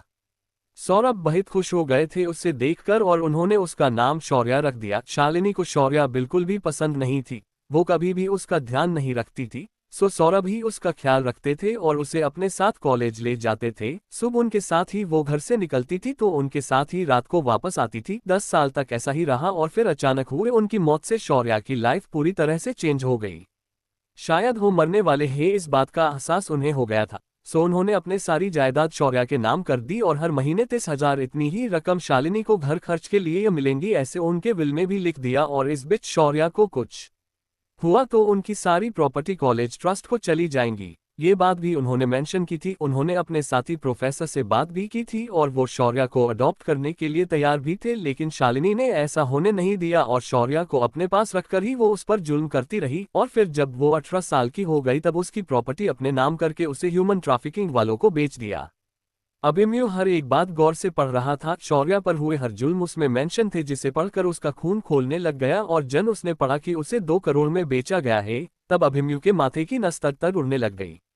Where is she? अभिमन्यु ने गुस्से से दांत पिसते हुए सवाल किया और लियो को समझ में आ गया कि वो किसके बारे में बात कर रहा है।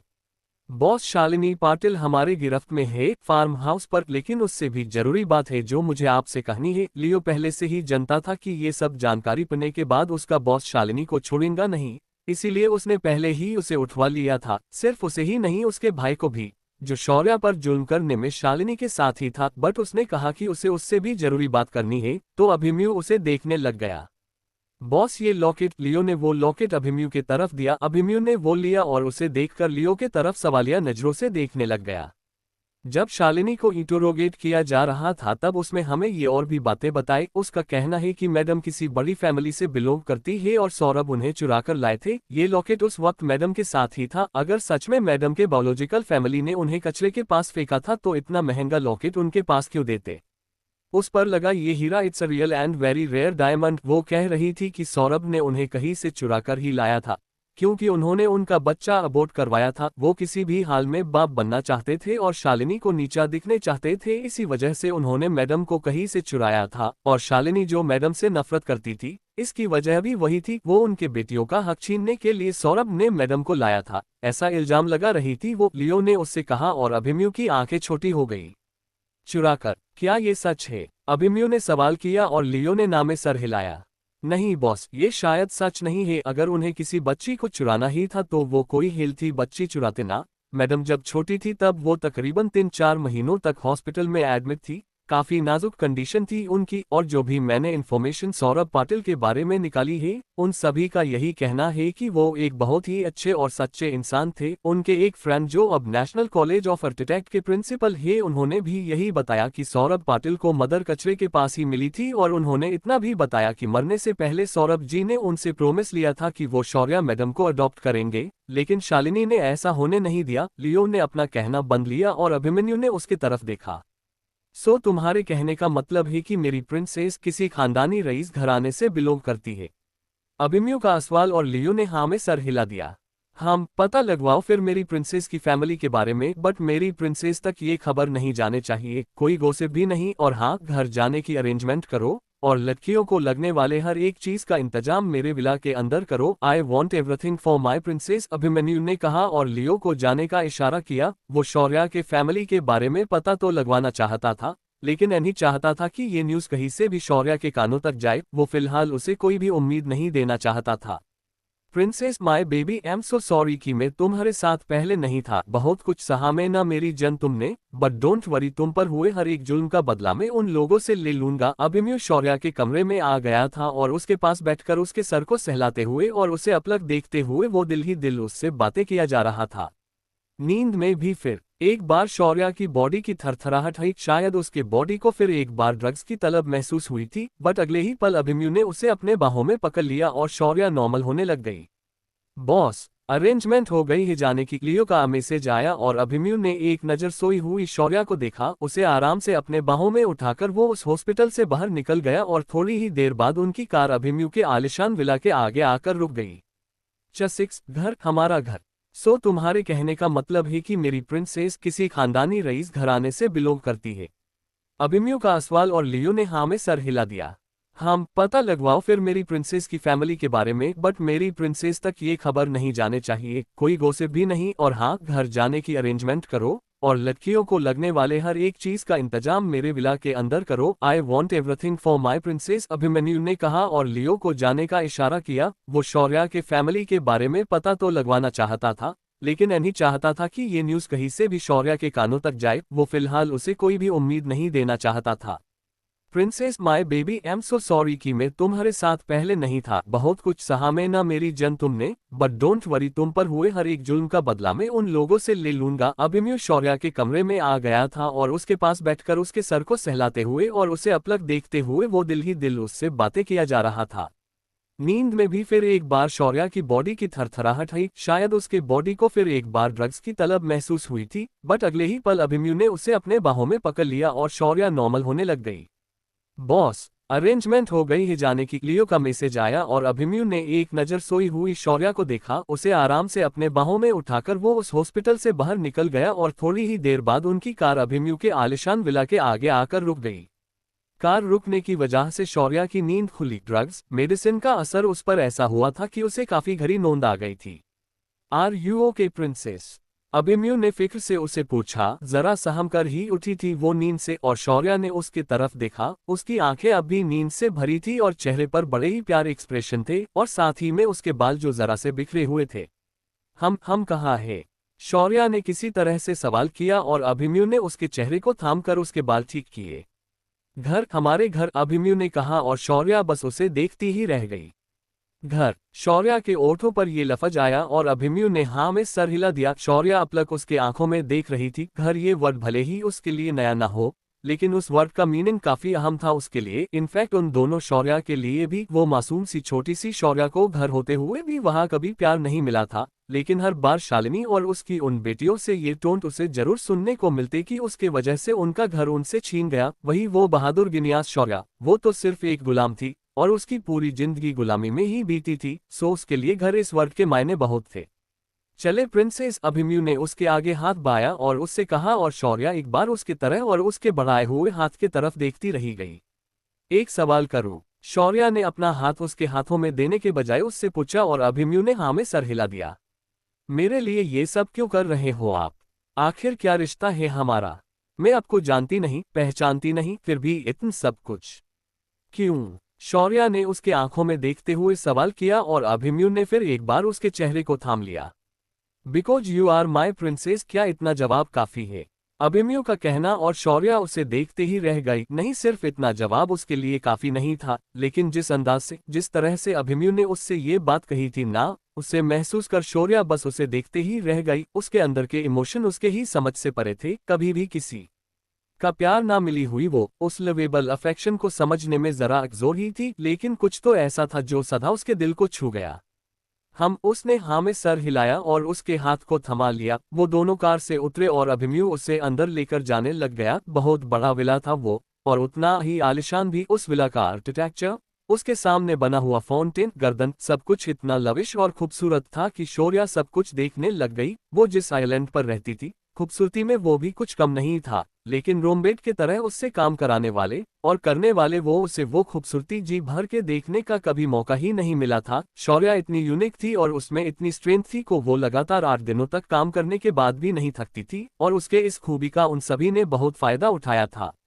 सब कुछ देखते हुए उसके कदम धीरे धीरे करके आगे बढ़ रहे थे, और हमेशा जल्दबाजी में रहना वाला, तेज स्पीड से चलने वाला अभिमन्यु आज उसके साथ उसके धीमे कदमों से कदम मिलकर चल रहा था। उस विला में काम करने वाले स्टाफ को जब ये पता चला कि उनके यंग मास्टर किसी लड़की को अपने साथ लेकर आए हैं, तो वो एक्साइटमेंट में उसे देखने के लिए आ गए, और पहले शौर्या की खूबसूरती से हैरान हुए वो अभिमन्यु के इतने काम एक्सप्रेशन और धीरे चलने से और भी ज्यादा हैरान हो गए। उद्धरण चिन्ह च7 चिका एक एडवांस्ड सिस्टम। चिका एक एडवांस्ड सिस्टम। वो शौर्या के फैमिली के बारे में पता तो लगवाना चाहता था, लेकिन नहीं चाहता था कि ये न्यूज़ कहीं से भी शौर्या के कानों तक जाए। वो फिलहाल उसे कोई भी उम्मीद नहीं देना चाहता था। Princess my baby, am so sorry कि मैं तुम्हारे साथ पहले नहीं था। बहुत कुछ सहा मैं ना मेरी जन तुमने, बट डोंट वरी, तुम पर हुए हर एक जुल्म का बदला मैं उन लोगों से ले लूंगा। अभिमन्यु शौर्या के कमरे में आ गया था और उसके पास बैठकर उसके सर को सहलाते हुए और उसे अपलक देखते हुए वो दिल ही दिल उससे बातें किया जा रहा था। नींद में भी फिर एक बार शौर्या की बॉडी की थरथराहट हुई। शायद उसके बॉडी को फिर एक बार ड्रग्स की तलब महसूस हुई थी, बट अगले ही पल अभिमन्यु ने उसे अपने बाहों में पकड़ लिया और शौर्या नॉर्मल होने लग गई। बॉस, अरेंजमेंट हो गई है जाने की। लियो का मैसेज आया और अभिमन्यु ने एक नज़र सोई हुई शौर्या को देखा। उसे आराम से अपने बाहों में उठाकर वो उस हॉस्पिटल से बाहर निकल गया, और थोड़ी ही देर बाद उनकी कार अभिमन्यु के आलिशान विला के आगे आकर रुक गई। शौर्या अभी भी सोई हुई ही थी। उससे दिए गए ड्रग्स, उसकी मेडिसिन और उसके जख्म, साथ ही में उसकी कमजोर बॉडी, उस वजह से उसे काफी गहरी नींद में थी। वो अभिमन्यु ने प्यार से उसके चेहरे को देखा और फिर उतने ही प्यार से उसे अपने बाहों में उठाकर वो उस आलिशान विला के अंदर जाने लग गया। विला का पूरा स्टाफ उनके बॉस को हैरानी से आंखें फाड़ फाड़ कर देख रहा था। उन्हें यकीन ही नहीं हो रहा था, लड़कियों से दूर रहने वाला उनका कोल्ड बॉस आज किसी लड़की को उसके बाहों में उठाकर इस तरह से अंदर आ रहा था। उन्हें स्टाफ में से एक मेंबर में, जो दिखने में थोड़े एज के लग रहे थे, उन्होंने चुपके से उन दोनों की पिक्चर क्लिक की और किसी की भेज दी, और उन दोनों को देखकर मुस्कुरा उठे। अभिमन्यु शौर्या को उसके कमरे में लेकर आ गया और बड़े ही आराम से उसने उससे बेड पर लेटा दिया। उसकी नजरें फिर एक बार शौर्या के चेहरे पर टिक गई। कितना देखा था उसने उससे, लेकिन फिर भी है कि उसका दिल ही नहीं भर रहा था। भला की खूबसूरती शौर्या, मगर उसके खूबसूरती से ज्यादा अभिमन्यु को उसकी बहादुरी पसंद आई थी, वो भी इस हद तक कि वो उसका दीवाना हो गया था। ये प्यार, शादी, सब कुछ मेरे बस का नहीं है। ऐसी कोई नहीं है जो इस अभिमन्यु राठौड़ के दिल पर हुक्म चला सके, सो मुझे इन सब मैटर से दूर ही रखिए। क्यों मैं कभी भी किसी भी लड़की को अपने जिंदगी में शामिल नहीं करने वाला हूँ। कितने गुरूर से कहे थे उसने ये लफ्ज उसकी मोम से, जो उसे बार बार शादी करने के लिए या फिर एटलीस्ट किसी को डेट करने के लिए बोल रही थी। और अब देखो, वही रुथलेस किंग अपन में आपको उस लड़की के एक ही झलक में हार बैठा था। माय प्रिंसेस, बस तुम होश में आ जाओ ताकि मैं जल्दी ही तुम्हें अपनी क्वीन बना सकू इस अभिमन्यु राठौड़ की क्वीन मिसेस शौर्या। अभिमन्यु राठौड़ कहते ही अभिमन्यु के ओठों पर एक बड़ी सी स्माइल आ गई और उसने अपने ओठ उसके मथे पर टिका दिए। वैसे वो तो उसके ओठों को चूमना चाहता था, लेकिन उसकी हालत देखकर उसे आराम की सबसे ज्यादा जरूरत थी, सो उसने उसे परेशान नहीं किया और अच्छे से कवर करके वो फ्रेश होने चला गया। अपने कमर पर टॉवल लपेटे और दूसरे टॉवल से बाल साफ करते हुए ही वो बाहर आ गया। काश इस वक्त शौर्या होश में होती तो यकीन के साथ उसे ऐसे देखकर फिर से बेहोश हो जाती। कुछ इस कदर लग रहा था अभिमन्यु, उसके 8 पैक एब्स, उसके वो मसल्स, गोरा रंग, जैसे सामने सच में कामदेव आकर खड़े हो। बड़ा ही हैंडसम था वो, और ऐसा ये हैंडसम किंग उसके प्रीसेस के उठने का इंतजार कर रहा था। बार बार आते मैसेज की वजह से अभिमन्यु का ध्यान उसके फोन की तरफ गया। उसके दूसरे असिस्टेंट केविन उसे मैसेज कर रहा था। अभिमन्यु ने सीधे उसे कॉल लगा दी और आगे की बात सुनकर उसे काफी गुस्सा आ गया।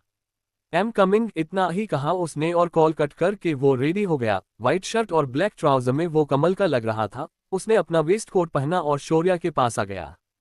Princess, I am so sorry बच्चा, बट मेरा जाना बहुत जरूरी है, बट आई प्रोमिस मैं कुछ ही देर में वापस आ जाऊंगा, अभिमन्यु ने धीरे से कहा और उसके बालों को सहलाकर उसके मथे पर ओठ टिका दिए। वो उठा और फिर पीछे मुड़कर उसने शौर्या के ओठों पर धीरे से पाने ओठ रख दिए। उसके ओठों को स्मूच करके वो बाहर आ गया और हॉस्पिटल से आए ही उसके स्टाफ को कुछ इंस्ट्रक्शन दे दिए। अभिमन्यु उसके साथ 2 डॉक्टर की टीम और उन्हें असिस्ट करने के लिए एक नर्स को भी लेकर आया था। वो बिल्कुल भी नहीं चाहता था कि शौर्या को किसी तरह से परेशानी हो, या फिर उसे जब डॉक्टर की जरूरत पड़े तो कोई उसके पास ना हो। उसने जब तक उसकी प्रिंसेस पूरी तरह से ठीक नहीं होती तब तक डॉक्टर की इस टीम को हायर किया था। उन्हें इंस्ट्रक्शन देने के बाद अभिमन्यु वहां से चला गया। योजक चिन्ह, योजक चिन्ह। चिका, क्या बाहर की दुनिया सच में बहुत खूबसूरत होती है?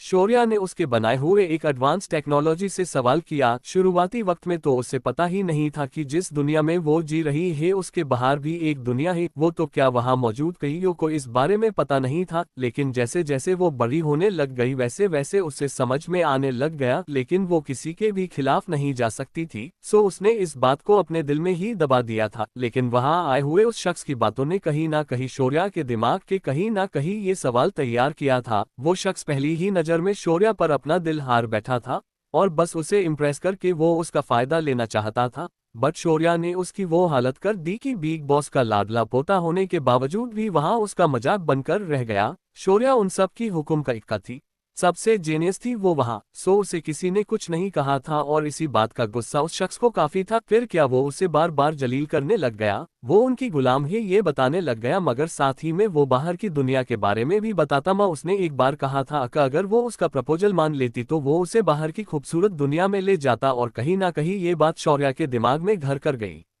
उसे बाहर की दुनिया देखने की चाहत हुई और उसने एक बेहद ही एडवांस टेक्नोलॉजी, एक ऐसी टेक्नोलॉजी जिसे न तो कोई हैक कर सकता था और ना ही कोई उसके बारे में पता लगा सकता था, उस टेक्नोलॉजी को क्रिएट किया। बट सबसे बड़ी और मुश्किल बात यह थी कि वो उसे छिपाएंगी कहा, और इसीलिए उसने वो सिस्टम उसके अंदर इंस्टॉल कर ली। और जब उसका टेस्ट हुआ तब उसकी खुशी का ठिकाना नहीं रहा। उसने सबसे पहले उस आइलैंड की सबसे नजदीकी एरिया को देखने का सोचा और बाहर की दुनिया का सबसे पहला नाम को उसके कानों में सुनाई दिया था, वो नाम था चिका। तो फिर क्या खुशी से शौर्या ने उस सिस्टम का नाम चिका ही रख दिया और उसके ओठों पर पहली बार स्माइल आ गई। बट 2 ही दिन में उस शख्स ने उसके खिलाफ सबको भड़का दिया और शौर्या को मरना पड़ा।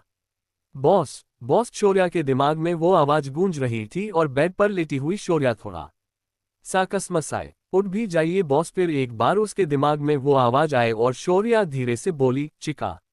यस यस बॉस, आपने मुझे पहचान लिया, वरना तो मुझे लगा था कि मेरा वापस आकर कोई फायदा ही नहीं हुआ। उस सिस्टम के फीचर्स किसी इंसान के तरह ही थे, उसे शौर्या ने डिजाइन ही उस तरह किया था। वो एक सेल्फ डेवलप सिस्टम थी जो अपने अंदर नए नए अपडेट खुद से ही करती थी। चिका, तुम यहाँ कैसे आ सकती हो? तुम तो मेरे उस बॉडी में थे ना। तो फिर इस बॉडी में ये तो इम्पॉसिबल है, शौर्या ने कहा और चिका मुंह बनाते ही बोली, आपका रिबर्थ होना भी तो इम्पॉसिबल थिंग है। जब आपका रिबर्थ हो सकता है तो मेरा क्यों नहीं? चीका ने सवाल किया और शौर्या हैरान होकर रह गई। वैसे भी बॉस, आपको इस दुनिया के बारे में कुछ नहीं पता है।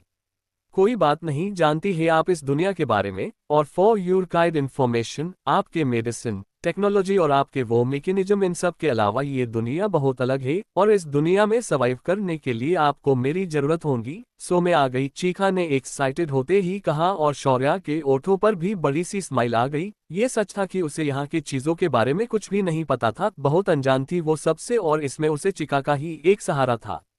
लेकिन कोई और भी तो था। शौर्या को याद आने लग गया उस रात रास्ते पर किसी का उसकी हेल्प करना, उनकी हुई किस हॉस्पिटल में की वो केयर और उसका प्रिंसेस कहकर पुकारना। सब कुछ याद कर शौर्या के भाव अजीब हो गए और उन भावों को समझकर चिका मुस्कुराए।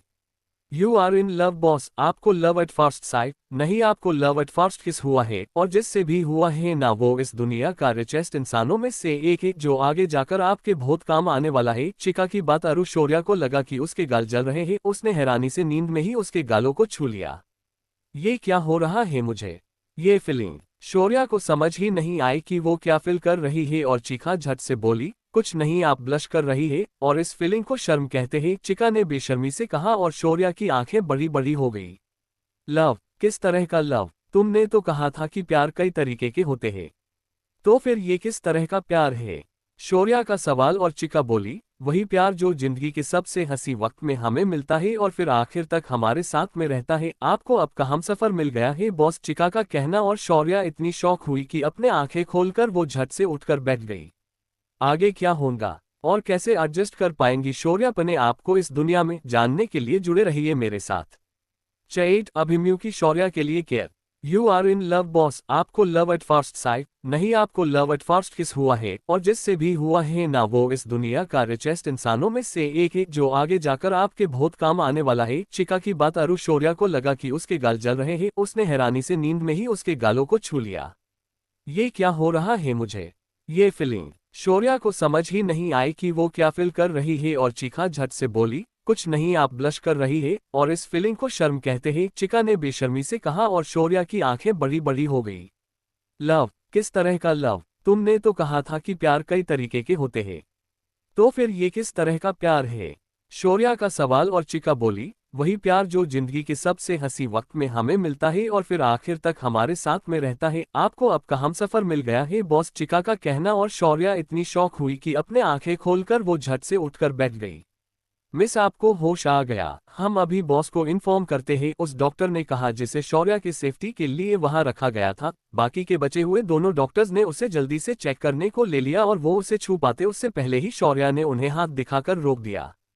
कौन हो तुम सब, और ये जगह? शौर्या ने अपनी इर्द गिर्द देखा और जरा सतर्क होते हुए ही बोली, मिस, हमें आपके इलाज के लिए बॉस ने हायर किया है, वो 2 दिनों से आपके साथ ही थे, बट उन्हें कंपनी में काफी अर्जेंट काम आ गया, इस वजह से जाना पड़ गया, दूसरी डॉक्टर बोली, और शौर्या उन सबको एक एक करके देखने लग गई।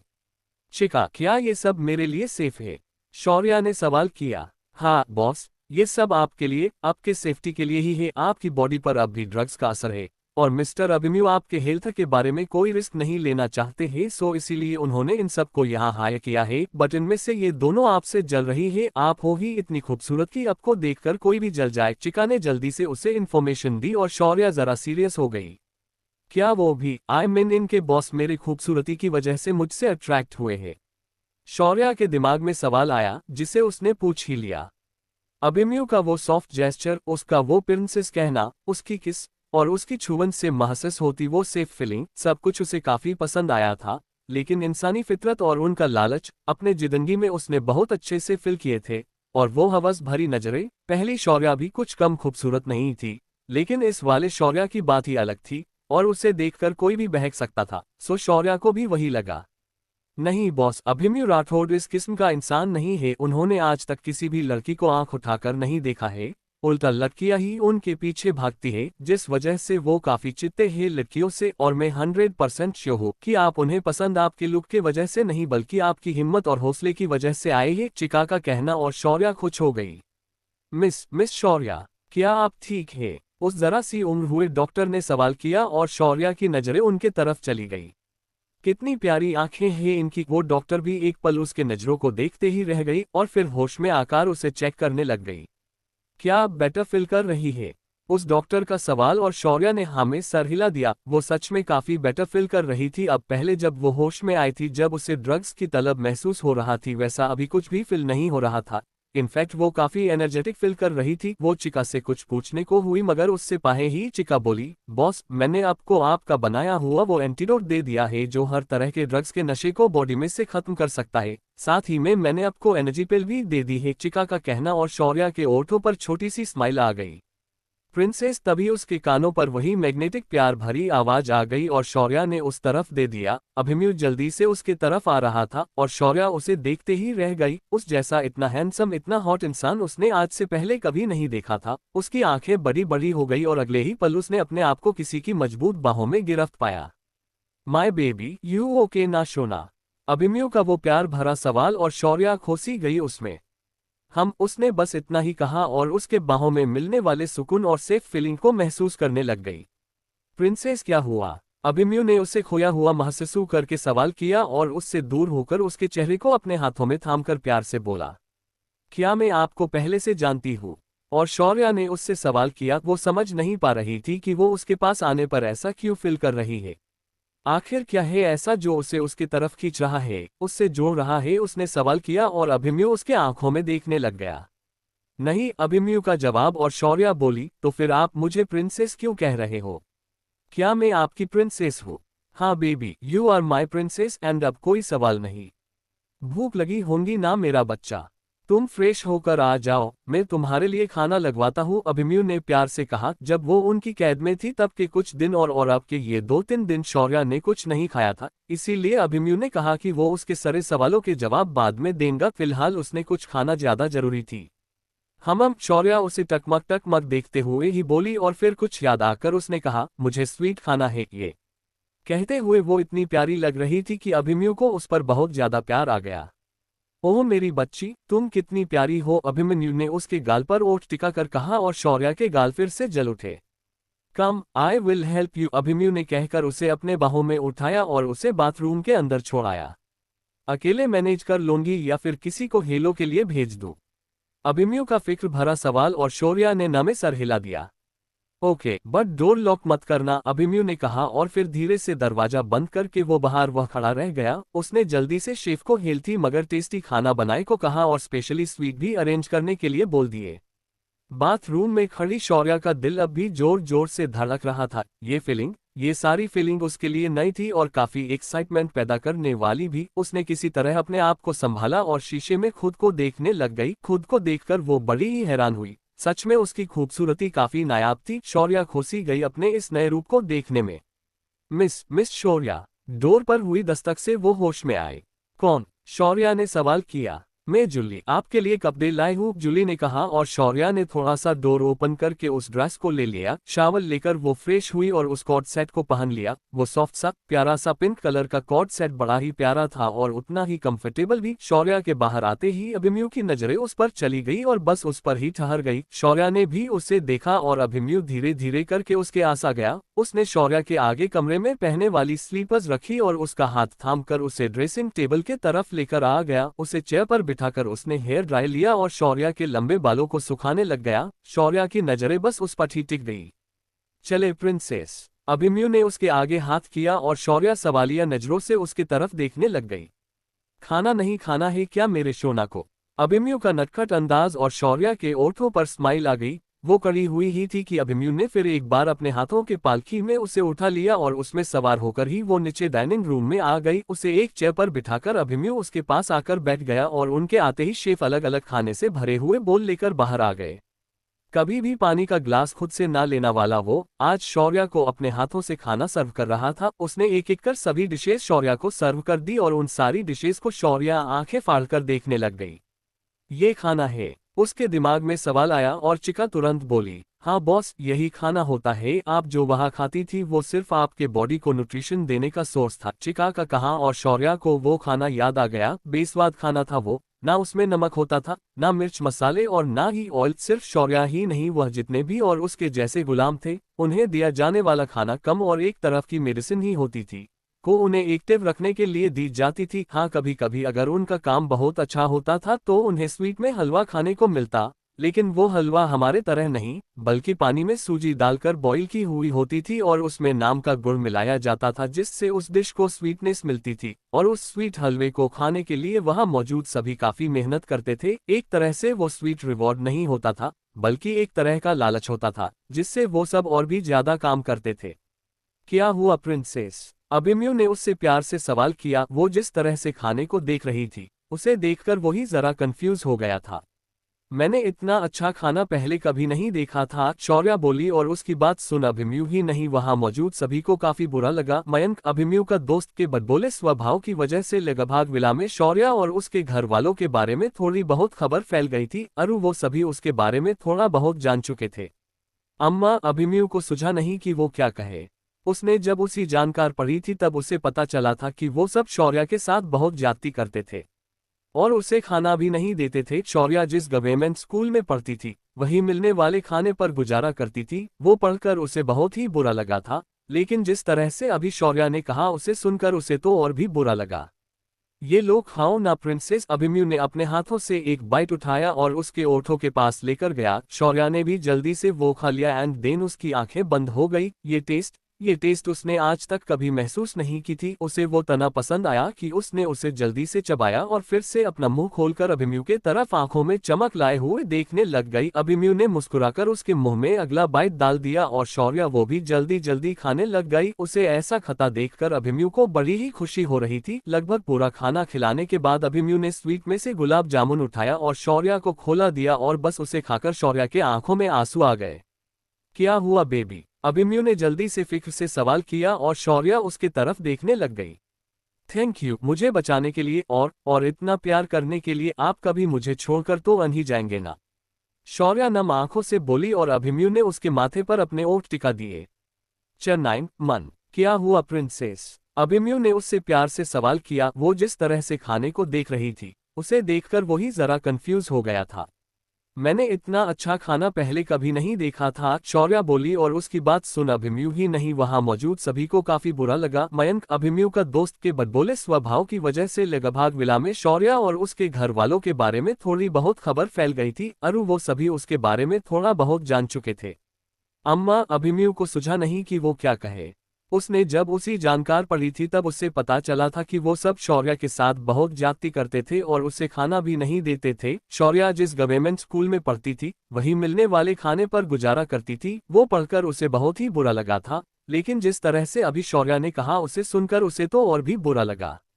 ये लो, खाओ ना प्रिंसेस। अभिमन्यु ने अपने हाथों से एक बाइट उठाया और उसके ओठों के पास लेकर गया। शौर्या ने भी जल्दी से वो खा लिया एंड देन उसकी आंखें बंद हो गई। ये टेस्ट उसने आज तक कभी महसूस नहीं की थी। उसे वो तना पसंद आया कि उसने उसे जल्दी से चबाया और फिर से अपना मुंह खोलकर अभिमन्यु के तरफ आंखों में चमक लाए हुए देखने लग गई। अभिमन्यु ने मुस्कुराकर उसके मुंह में अगला बाइट डाल दिया और शौर्या वो भी जल्दी जल्दी खाने लग गई। उसे ऐसा खाता देखकर अभिमन्यु को बड़ी ही खुशी हो रही थी। लगभग पूरा खाना खिलाने के बाद अभिमन्यु ने स्वीट में से गुलाब जामुन उठाया और शौर्या को खोला दिया और बस उसे खाकर शौर्या के आंखों में आंसू आ गए।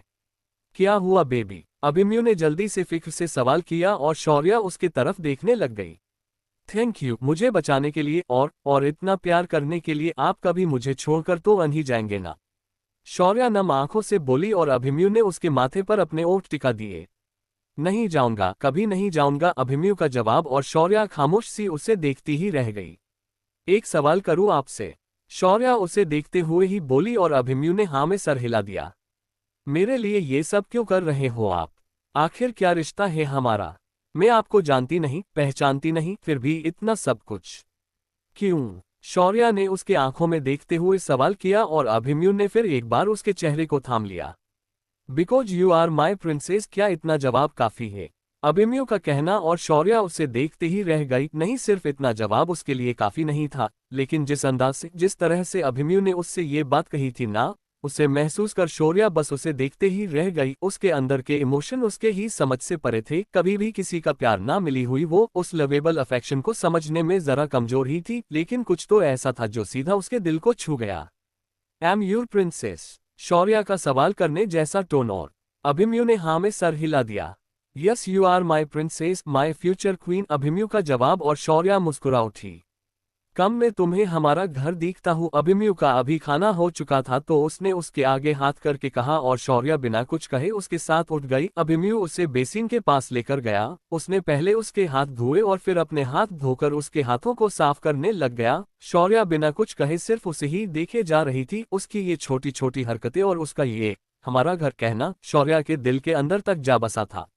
आगे का वक्त घर देखने में ही बीत गया। काफी सुंदर विला था। अभिमन्यु का फर्स्ट फ्लोर पर कुछ रूम्स, किचन और लिविंग रूम था तो वही सेकंड फ्लोर पर गेस्ट रूम थे। बाकी का थर्ड फ्लोर पूरा उसका ही था। उसका कमरा, जिम, स्टडी, स्विमिंग एरिया और बाकी के 4-5 कमरे खाली थे। लेकिन वहां उस फ्लोर पर जाने की इजाजत ज्यादातर स्टाफ को नहीं थी। गिने चुने ही लोग वहां जाते थे। उस फ्लो को देखने बाद वो विला के बैक साइड आ गए और वह का स्विमिंग पूल शौर्य देखते ही रह गई। वो पार्टी के लिए तैयार किया हुआ एरिया था। लेकिन ये बात अलग थी कि आज तक इस विला में उसके मोम, डैड और 1-2 फ्रेंड्स के अलावा और कोई भी नहीं आए थे और ना ही उसने कभी यहाँ उसके घर में कोई पार्टी होस्ट की थी। शौर्य की नजरें अब भी स्विमिंग पूल पर ही थी और उतने में अभिमन्यु का कॉल रिंग हुआ। प्रिंसेस अर्जेंट कॉल है, बस 5 मिनट। हाँ। अभिमन्यु ने उससे जाने की इजाजत मांगी और शौर्य ने हाँ में सर हिला दिया। अभिमन्यु वहां से दूर गया और उसने कॉल उठा ली। शौर्य अब भी पानी की तरफ ही देख रही थी। पानी काफी पसंद था उसे। ना पाने नहीं समझना पसंद था उसे, बहुत ज्यादा पसंद। उसकी ऊंची ऊंची उठती लहरें, उन लहरों की आवाज, समंदर का शांत रूप और जब उसने भवंडर आता था वो रूप। वो ये कहना हर्ज नहीं होगा कि शौर्य पूरी तरह से समंदर के प्यार में थी और पानी के अंदर डीप डीप जाना उसे काफी पसंद था। अब भी जब उसने पानी को देखा तो वह अपने आप को नहीं रोक पाए और वो आराम से पानी में उतर गई। उस पूल का पानी काफी गहरा था, लेकिन जितना गहरा था उतना ही साफ भी था। ब्लू कलर के उस पूल के अंतिम छोर को तक के देखा जा सकता था और उसकी उसी खोली में शौर्य धीरे धीरे करके जा रही थी। अभिमन्यु ने बात करे हुए ही शौर्य के साइड को देखा और जब वो नहीं दिखी तो वो पैनिक हो गया। उसने कॉल कट कर दी और जल्दी से उस तरफ आ गया। उसने पूल में झांक कर देखा तो शौर्य आराम से पानी के तल में बैठी हुई थी और उसके चेहरे से वो बहुत ही शांत नजर आ रही थी। सच कहे तो अभिमन्यु जालीद से पानी के अंदर जाना चाहता था और उसे बाहर निकलना चाहता था। उसके जख्म अभी भी पूरी तरह से भरे ही नहीं थे। में भी ज्यादा पानी की कांटेक्ट से वह इन्फेक्शन हो जाता। इसी वजह से वो पानी में से उसे बाहर निकालने के लिए कूदने ही वाला था कि शौर्य के चेहरे पर उसे सुकून भरे, खुशी भरे भाव दिखाई दिए और वो वही खड़ा रहा। शौर्य पानी के अंदर 22 सेकंड से थी। अभिमन्यु का ध्यान था उस पर और उस हिसाब से वो अच्छे से जानता था कि वो कब से पानी में है। फिर आगे कुछ और सेकंड्स बीते। 30 seconds, 40 seconds, 50 seconds, 1 minute and 10 seconds. जैसे जैसे एक आगे बीत रहा था वैसे वैसे अभिमन्यु की दिल की धड़कनें बढ़ती जा रही थी। वो पानी में कूदना चाहता था, शौर्य को भर नुकलाना चाहता था, लेकिन शौर्य के चेहरे पर के भाव से ऐसा करने से रोक रहे थे। बट अब अभिमन्यु से रहा ही नहीं गया। शौर्य को पानी में जाकर 1 मिनट और 32 सेकंड्स हो गए थे और अभिमन्यु पानी में जंप करने ही वाला था कि शौर्य उसे ऊपर आते ही दिखाई दी और ऊपर आकर उसने एक लंबी सांस ली और साथ ही में उसके ओठों पर बड़ी वाली स्माइल भी आ गई। तैरते ही वो अभिमन्यु के पास आए और अभिमन्यु ने उसके आगे हाथ कर दिया। उसे बाहर निकला कर अभिमन्यु ने तुरंत उसे अपना कोट पहनाया और अगले ही पल शौर्य उसके गले लग गई। मैं कब से ये करना चाहती थी, मुझे स्विमिंग बहुत पसंद है मान, थैंक यू, आपके वजह से मैं ये कर पाए, शौर्य ने खुश होकर कहा और अपने खुशी में उसने अभिमन्यु को मन कहकर पुकारा और बस अभिमन्यु के ओठों पर भी बड़ी वाली स्माइल आ गई। चटैन, क्या आपको अब मैं पसंद नहीं हूँ? क्या आपको अब मैं पसंद नहीं हूँ? शौर्य पानी के अंदर 22 सेकंड से थी। अभिमन्यु का ध्यान था उस पर और उस हिसाब से वो अच्छे से जानता था कि वो कब से पानी में है। फिर आगे कुछ और सेकंड्स बीते। 30 seconds, 40 seconds, 50 seconds, 1 minute and 10 seconds. जैसे जैसे एक एक सेकंड आगे बीत रहा था वैसे वैसे अभिमन्यु की दिल की धड़कनें बढ़ती जा रही थी। वो पानी में कूदना चाहता था, शौर्य को बाहर निकालना चाहता था, लेकिन शौर्य के चेहरे पर के भाव से ऐसा करने से रोक रहे थे। बट अब अभिमन्यु से रहा ही नहीं गया। शौर्य को पानी में जाकर 1 मिनट और 32 सेकंड्स हो गए थे और अभिमन्यु पानी में जंप करने ही वाला था कि शौर्य उसे ऊपर आते ही दिखाई दी और ऊपर आकर उसने एक लंबी सांस ली और साथ ही में उसके ओठों पर बड़ी वाली स्माइल भी आ गई। तैरते हुए ही वो अभिमन्यु के पास आए और अभिमन्यु ने उसके आगे हाथ कर दिया। उसे बाहर निकालकर अभिमन्यु ने तुरंत उसे अपना कोट पहनाया और अगले ही पल शौर्य उसके गले लग गई। मैं कब से ये करना चाहती थी, मुझे स्विमिंग बहुत पसंद है मान, थैंक यू, आपके वजह से मैं ये कर पाए, शौर्य ने खुश होकर कहा और अपने खुशी में उसने अभिमन्यु को मन कहकर पुकारा और बस अभिमन्यु के ओठों पर भी बड़ी वाली स्माइल आ गई। मुझे खुशी हुई ये जानकर कि तुम्हें खुशी मिली, लेकिन नेक्स्ट टाइम हमारे फ्लो पर बने हुए स्विमिंग पूल में स्विम करना, यहाँ नहीं। हाँ, प्रिंसेस अभिमन्यु खुश तो था, लेकिन उसके साथ वो थोड़ा पजेसिव भी हो गया। और क्यों ना होता, पानी से भर निकली हुई शौर्या की खूबसूरती इस कदम नूर दे रही थी कि उसकी तो क्या किसी की भी नजरें उस पर से हट नहीं पाती। और भीगने की वजह से उसके बॉडी को चिपके हुए उसके कपड़े, उफ कितने परफेक्ट कप थे उसके बॉडी के, जिसे देखकर किसी भी लड़के का दिल बहक जाता। और अभिमन्यु को बिल्कुल भी पसंद नहीं आता कि कोई उसे ऐसे देखे, सो उसने यहाँ के बजे उसे उसके पसंद पूल में स्विम करने को कहा और उसे अपने बाहों में उठाकर वो ऊपर उनके कमरे की तरफ बढ़ गया। अभिमन्यु ने दसीदे उसे उसके लिए तैयार किए हुए वॉकिंग वार्डरोब में लेकर आ गया, जहां उसने शौर्या के लिए हर टॉप ब्रांड के कपड़े, एक्सेसरीज, शूज, पर्स और हर वक्त वो लड़कियों की जरूरत की चीजें रखी हुई थी। उसने अपने हाथों से शौर्या को एक ड्रेस दिया और चेंज करके आने को कहकर वो बाहर चला गया। शौर्या भी चेंज करके आ गई और फिर उसने उसे ड्रेसिंग टेबल के पास लाकर बिठा दिया और उसके बाल फिर से ड्रायर से सुखाने लग गया। उस ड्रेसिंग टेबल पर भी उसने उसके मेकअप की और स्किन केयर के लिए हर एक प्रोडक्ट रखे हुए थे, किसी भी चीज की कमी नहीं रखी हुई थी अभिमन्यु ने उसके लिए। उसके बाल सूखते ही अभिमन्यु ने पहले उसके हाथ की ड्रेसिंग चेंज की। वो एक बहुत ही काबिल डॉक्टर था, सो उसने सब कुछ परफेक्टली बिना उसे कोई भी तकलीफ हुए कर दिया। अच्छे से ड्रेसिंग होने के बाद अभिमन्यु ने उसकी मेडिसिन उसे दी और फिर उसे अपने बाहों में उठाकर वो बेड पर ले आया। उसे लेटाकर और अच्छे से ब्लैंकेट से कवर के वो भी उसके पास लेट गया और तभी उसे कुछ याद आ गया। वो उठा और एक तरफ चला गया और यहाँ उसे दूर जाता हुआ देखकर शौर्या का मुंह बन गया। प्रिंसेस को पसंद नहीं आया उसके प्रिंस को दूर जाता हुआ देखना। अभिमन्यु उसके साथ बॉडी लोशन, लिप बाम और मॉइस्चराइजर लेकर आ गया। शौर्या उठकर बैठ गई। अभिमन्यु में मॉइस्चराइजर अपने हाथों पर लिया और आराम से शौर्या के खूबसूरत चेहरे पर अप्लाई किया। उसके बाद बॉडी लोशन लेकर उसके हाथ को धीरे धीरे लगाने लग गया। उसके पैरों के पास बैठकर अभिमन्यु ने उसके पैर को अपने हाथ ले लिया और उसके वो गोर खूबसूरत पैर देखकर उसकी नीयत जो पहले से ही बिगड़ी हुई थी वो और बिगड़ गई, मगर उसके बावजूद भी उसने अच्छे से लोशन उसके पैर पर लगा दिया। फिर आखिर में लिप बाम उसके ओठों पर अप्लाई करके उसने उसके सॉफ्ट ओठों को और भी सॉफ्ट बनाया। सो आओ, अब अभिमन्यु ने उसके माथे पर ओठ टिका दिए और उसका सो जाओ सुनकर शौर्या का मुंह बन गया। अब न बोलकर भी उसे उसके किस करने की आदत हो गई थी और उसके ओठ तो उसके इतने करीब थी, इतने ज्यादा, सिर्फ कुछ इंचेस की दूरी पर, एंड उसने उसे किस नहीं किया। शौर्या को बुरा ही लगा और गुस्सा भी आ गया। उसने मुंह बनाया और लेट गई बेड पर और अभिमन्यु उसे ब्लैंकेट से कवर कर पाता उससे पहले ही उसने ब्लैंकेट अपने ऊपर ले ली और खुद को कवर कर दिया। अभिमन्यु भी पूरा सामान उसके सही जगह पर रखकर आ गया और उसका लैपटॉप लेकर बैठ गया। बहुत जरूरी काम करना था उसे फिलहाल और वो उसी के काम में लग गया। अभिमन्यु एक बहुत ही बड़ा बिजनेसमैन और साथ ही में एक बहुत ही काबिल डॉक्टर भी था, और सिर्फ इतना ही नहीं, उसकी खुद की एक हॉस्पिटल की काफी बड़ी चेन थी। वो सारे के सारे हॉस्पिटल मल्टी स्पेशलिटी हॉस्पिटल थे और उन हॉस्पिटल में की जो भी बड़ी बड़ी मशीन्स आती थी वो वर्ल्ड की नंबर 1 कंपनी सिम्फोसिस के तरफ से आती थी। बात पिछले 3 दिनों में वहां शायद कुछ प्रॉब्लम हो गई थी, उनके तरफ से एक भी ऑर्डर डिलीवर नहीं हुई थी, और सिर्फ अभिमन्यु के हॉस्पिटल को ही नहीं बल्कि दूसरे हॉस्पिटल्स को भी, और इसी के साथ साथ उसी कंपनी के तरफ से जो मेडिसिन भी आते थे वो भी डिलीवर नहीं हो रहे थे। अचानक से ये ऐसा होना, सब काफी कंफ्यूज थे और साथ ही में मुश्किल में भी, क्योंकि उन मशीन्स पर, उन मेडिसिन पर उनके हॉस्पिटल के पेशेंट की हेल्थ डिपेंड थी। अभिमन्यु भी उसी मुसीबत में उलझा हुआ था, इस बात से अनजान कि उन कंपनी के साथ क्या हुआ है। एक्चुअल में सिम्फोसिस कंपनी कहाँ है ये बात किसी को भी पता नहीं थी। किसी आइलैंड पर बसी हुई थी वो कंपनी, और उसके दूसरे ब्रांचेस भी पूरे वर्ल्ड में 5 आइलैंड पर थे, वहीं से उनका बिजनेस वर्क होता था। बट अंदर से खबर आ रही थी कि उन सभी आइलैंड पर एक साथ हमला हुआ है और उनकी हर एक इंफॉर्मेशन, यहाँ तक के उनके लैब में तक के एजी लग गई और उनका सारा डाटा, सारा टायर मटेरियल सब कुछ जलकर राख हो गया। कब, क्या और कैसे हुआ ये किसी को पता नहीं था। इनफैक्ट ये न्यूज़ भी अभी तक न्यूज़ चैनल पर टेलीकास्ट नहीं हुई थी, बट टॉप बिजनेस अथॉरिटी के पास ये न्यूज़ आई थी और अभिमन्यु भी उस अथॉरिटी में शामिल था। इस न्यूज़ वो भी हैरान हो गया था। वो तक के सिम्फोसिस का एक पुराना कस्टमर था, साथ ही में वो भी उस साइंटिस्ट के पूरी टीम को काफी अप्रिशिएट भी करता था। उनके मेडिकल इक्विपमेंट्स, सारी मशीन्स और दवाएं सच में पेशेंट के लिए किसी वरदान से कम नहीं थी, और ऐसी कंपनी का रातों रात नामोनिशान मिटना उसे जरा सी टेंशन वाली ही बात थी। अभिमन्यु यही सोच रहा था कि आखिर कौन हो सकता है जिसके वजह से वो कंपनी लगभग खत्म ही हो गई। बात वो कहा जानता था, उसका जवाब उसके सामने ही है और आराम से बेड पर सोया हुआ है।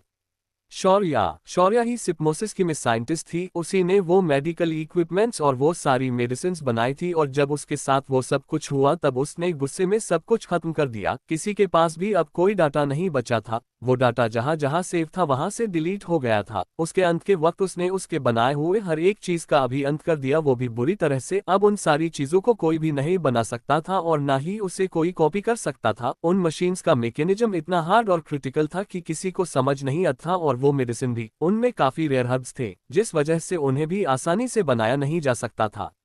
अभिमन्यु काफी देर उसी के बारे में सर्च करता रहा, और जब उसे कोई भी सबूत नहीं मिला सो उसने उस काम को छोड़ दिया और उसके काम में लग गया। इस बीच शौर्या की नींद भी अच्छे से हो गई थी और वो आगे क्या करना है यही बात चिका के साथ डिस्कस कर रही थी। भले ही उसके पास अभिमन्यु था, लेकिन वो उसका गलत यूज नहीं करना चाहती थी। उसे जल्द से जल्द अपना कुछ काम स्टार्ट करना था, जिस वजह से उसके पास भी इनकम सोर्स हो और वो किसी पर डिपेंड ना रह सके। सब कुछ डिसाइड करने के बाद शौर्या ने अपने आंखें खोली और उसकी नजरें सामने के सोफे पर बैठकर काम करते ही अभिमन्यु पर गई। ब्लैक ट्रैक पेंट और बालकक सैंडो पहना हुआ वो सोफे पर बैठा हुआ था और सामने रखे लैपटॉप पर उसकी उंगलियां तेजी से चल रही थी। वैसे तो वो जब भी उसके कमरे में होता तब वो शर्टलेस ही रहता था, लेकिन उसकी प्रिंसेस भी यहाँ थी, सो वो अक्सर उसे ऑकवर्ड कर सकता था। सो उसने सैंडो पहनी हुई थी और कसम से वो ब्लैक सैंडो उसके गोरे बदन पर ऐसे दिख रही थी कि किसी की भी नजरें उस पर से हट ही नहीं पाती कि वो पहले से ही कमल की बॉडी और भी कमाल की दिख रही थी। मेसी हेयर उसके चेहरे पर बिखरे हुए थे तो वही उसके ओठों लगातार कुछ पड़ते हुए हिल रहे थे। उन सेक्सी ओठों को देखकर तो शौर्या को उनकी किस याद आ गई और उसके ओठ सूखने लग गए। उसके हाथों के मसल्स और लैपटॉप पर तेजी से चलती हुई उंगलियां, शौर्या तो खो ही गई थी उसे देखने में। और फिर अभिमन्यु का उसकी केयर करना, उसे पैम्पर करना, उसे प्रिंसेस बोलना, हाय उसके गाल जो शर्म से जल उठे और वो शर्माकर ब्लैंकेट में छिप गई। अभिमन्यु भले ही काम में बिजी था, लेकिन उसकी एक नजर शौर्या पर ही बसी हुई थी और उसका यूं से देखना फिर शर्माना, हाय अभिमन्यु का दिल भी खुशी से उछल पड़ा। वो उसके पास जाना चाहता था और उसे बहुत बहुत प्यार करना चाहता था, मगर हाय रे ये काम करना जरूरी था। सो अभिमन्यु ने किसी तरह से खुद कंट्रोल किया और उसके काम में बिजी हो गया। शौर्या को भी फिर से नींद लग गई।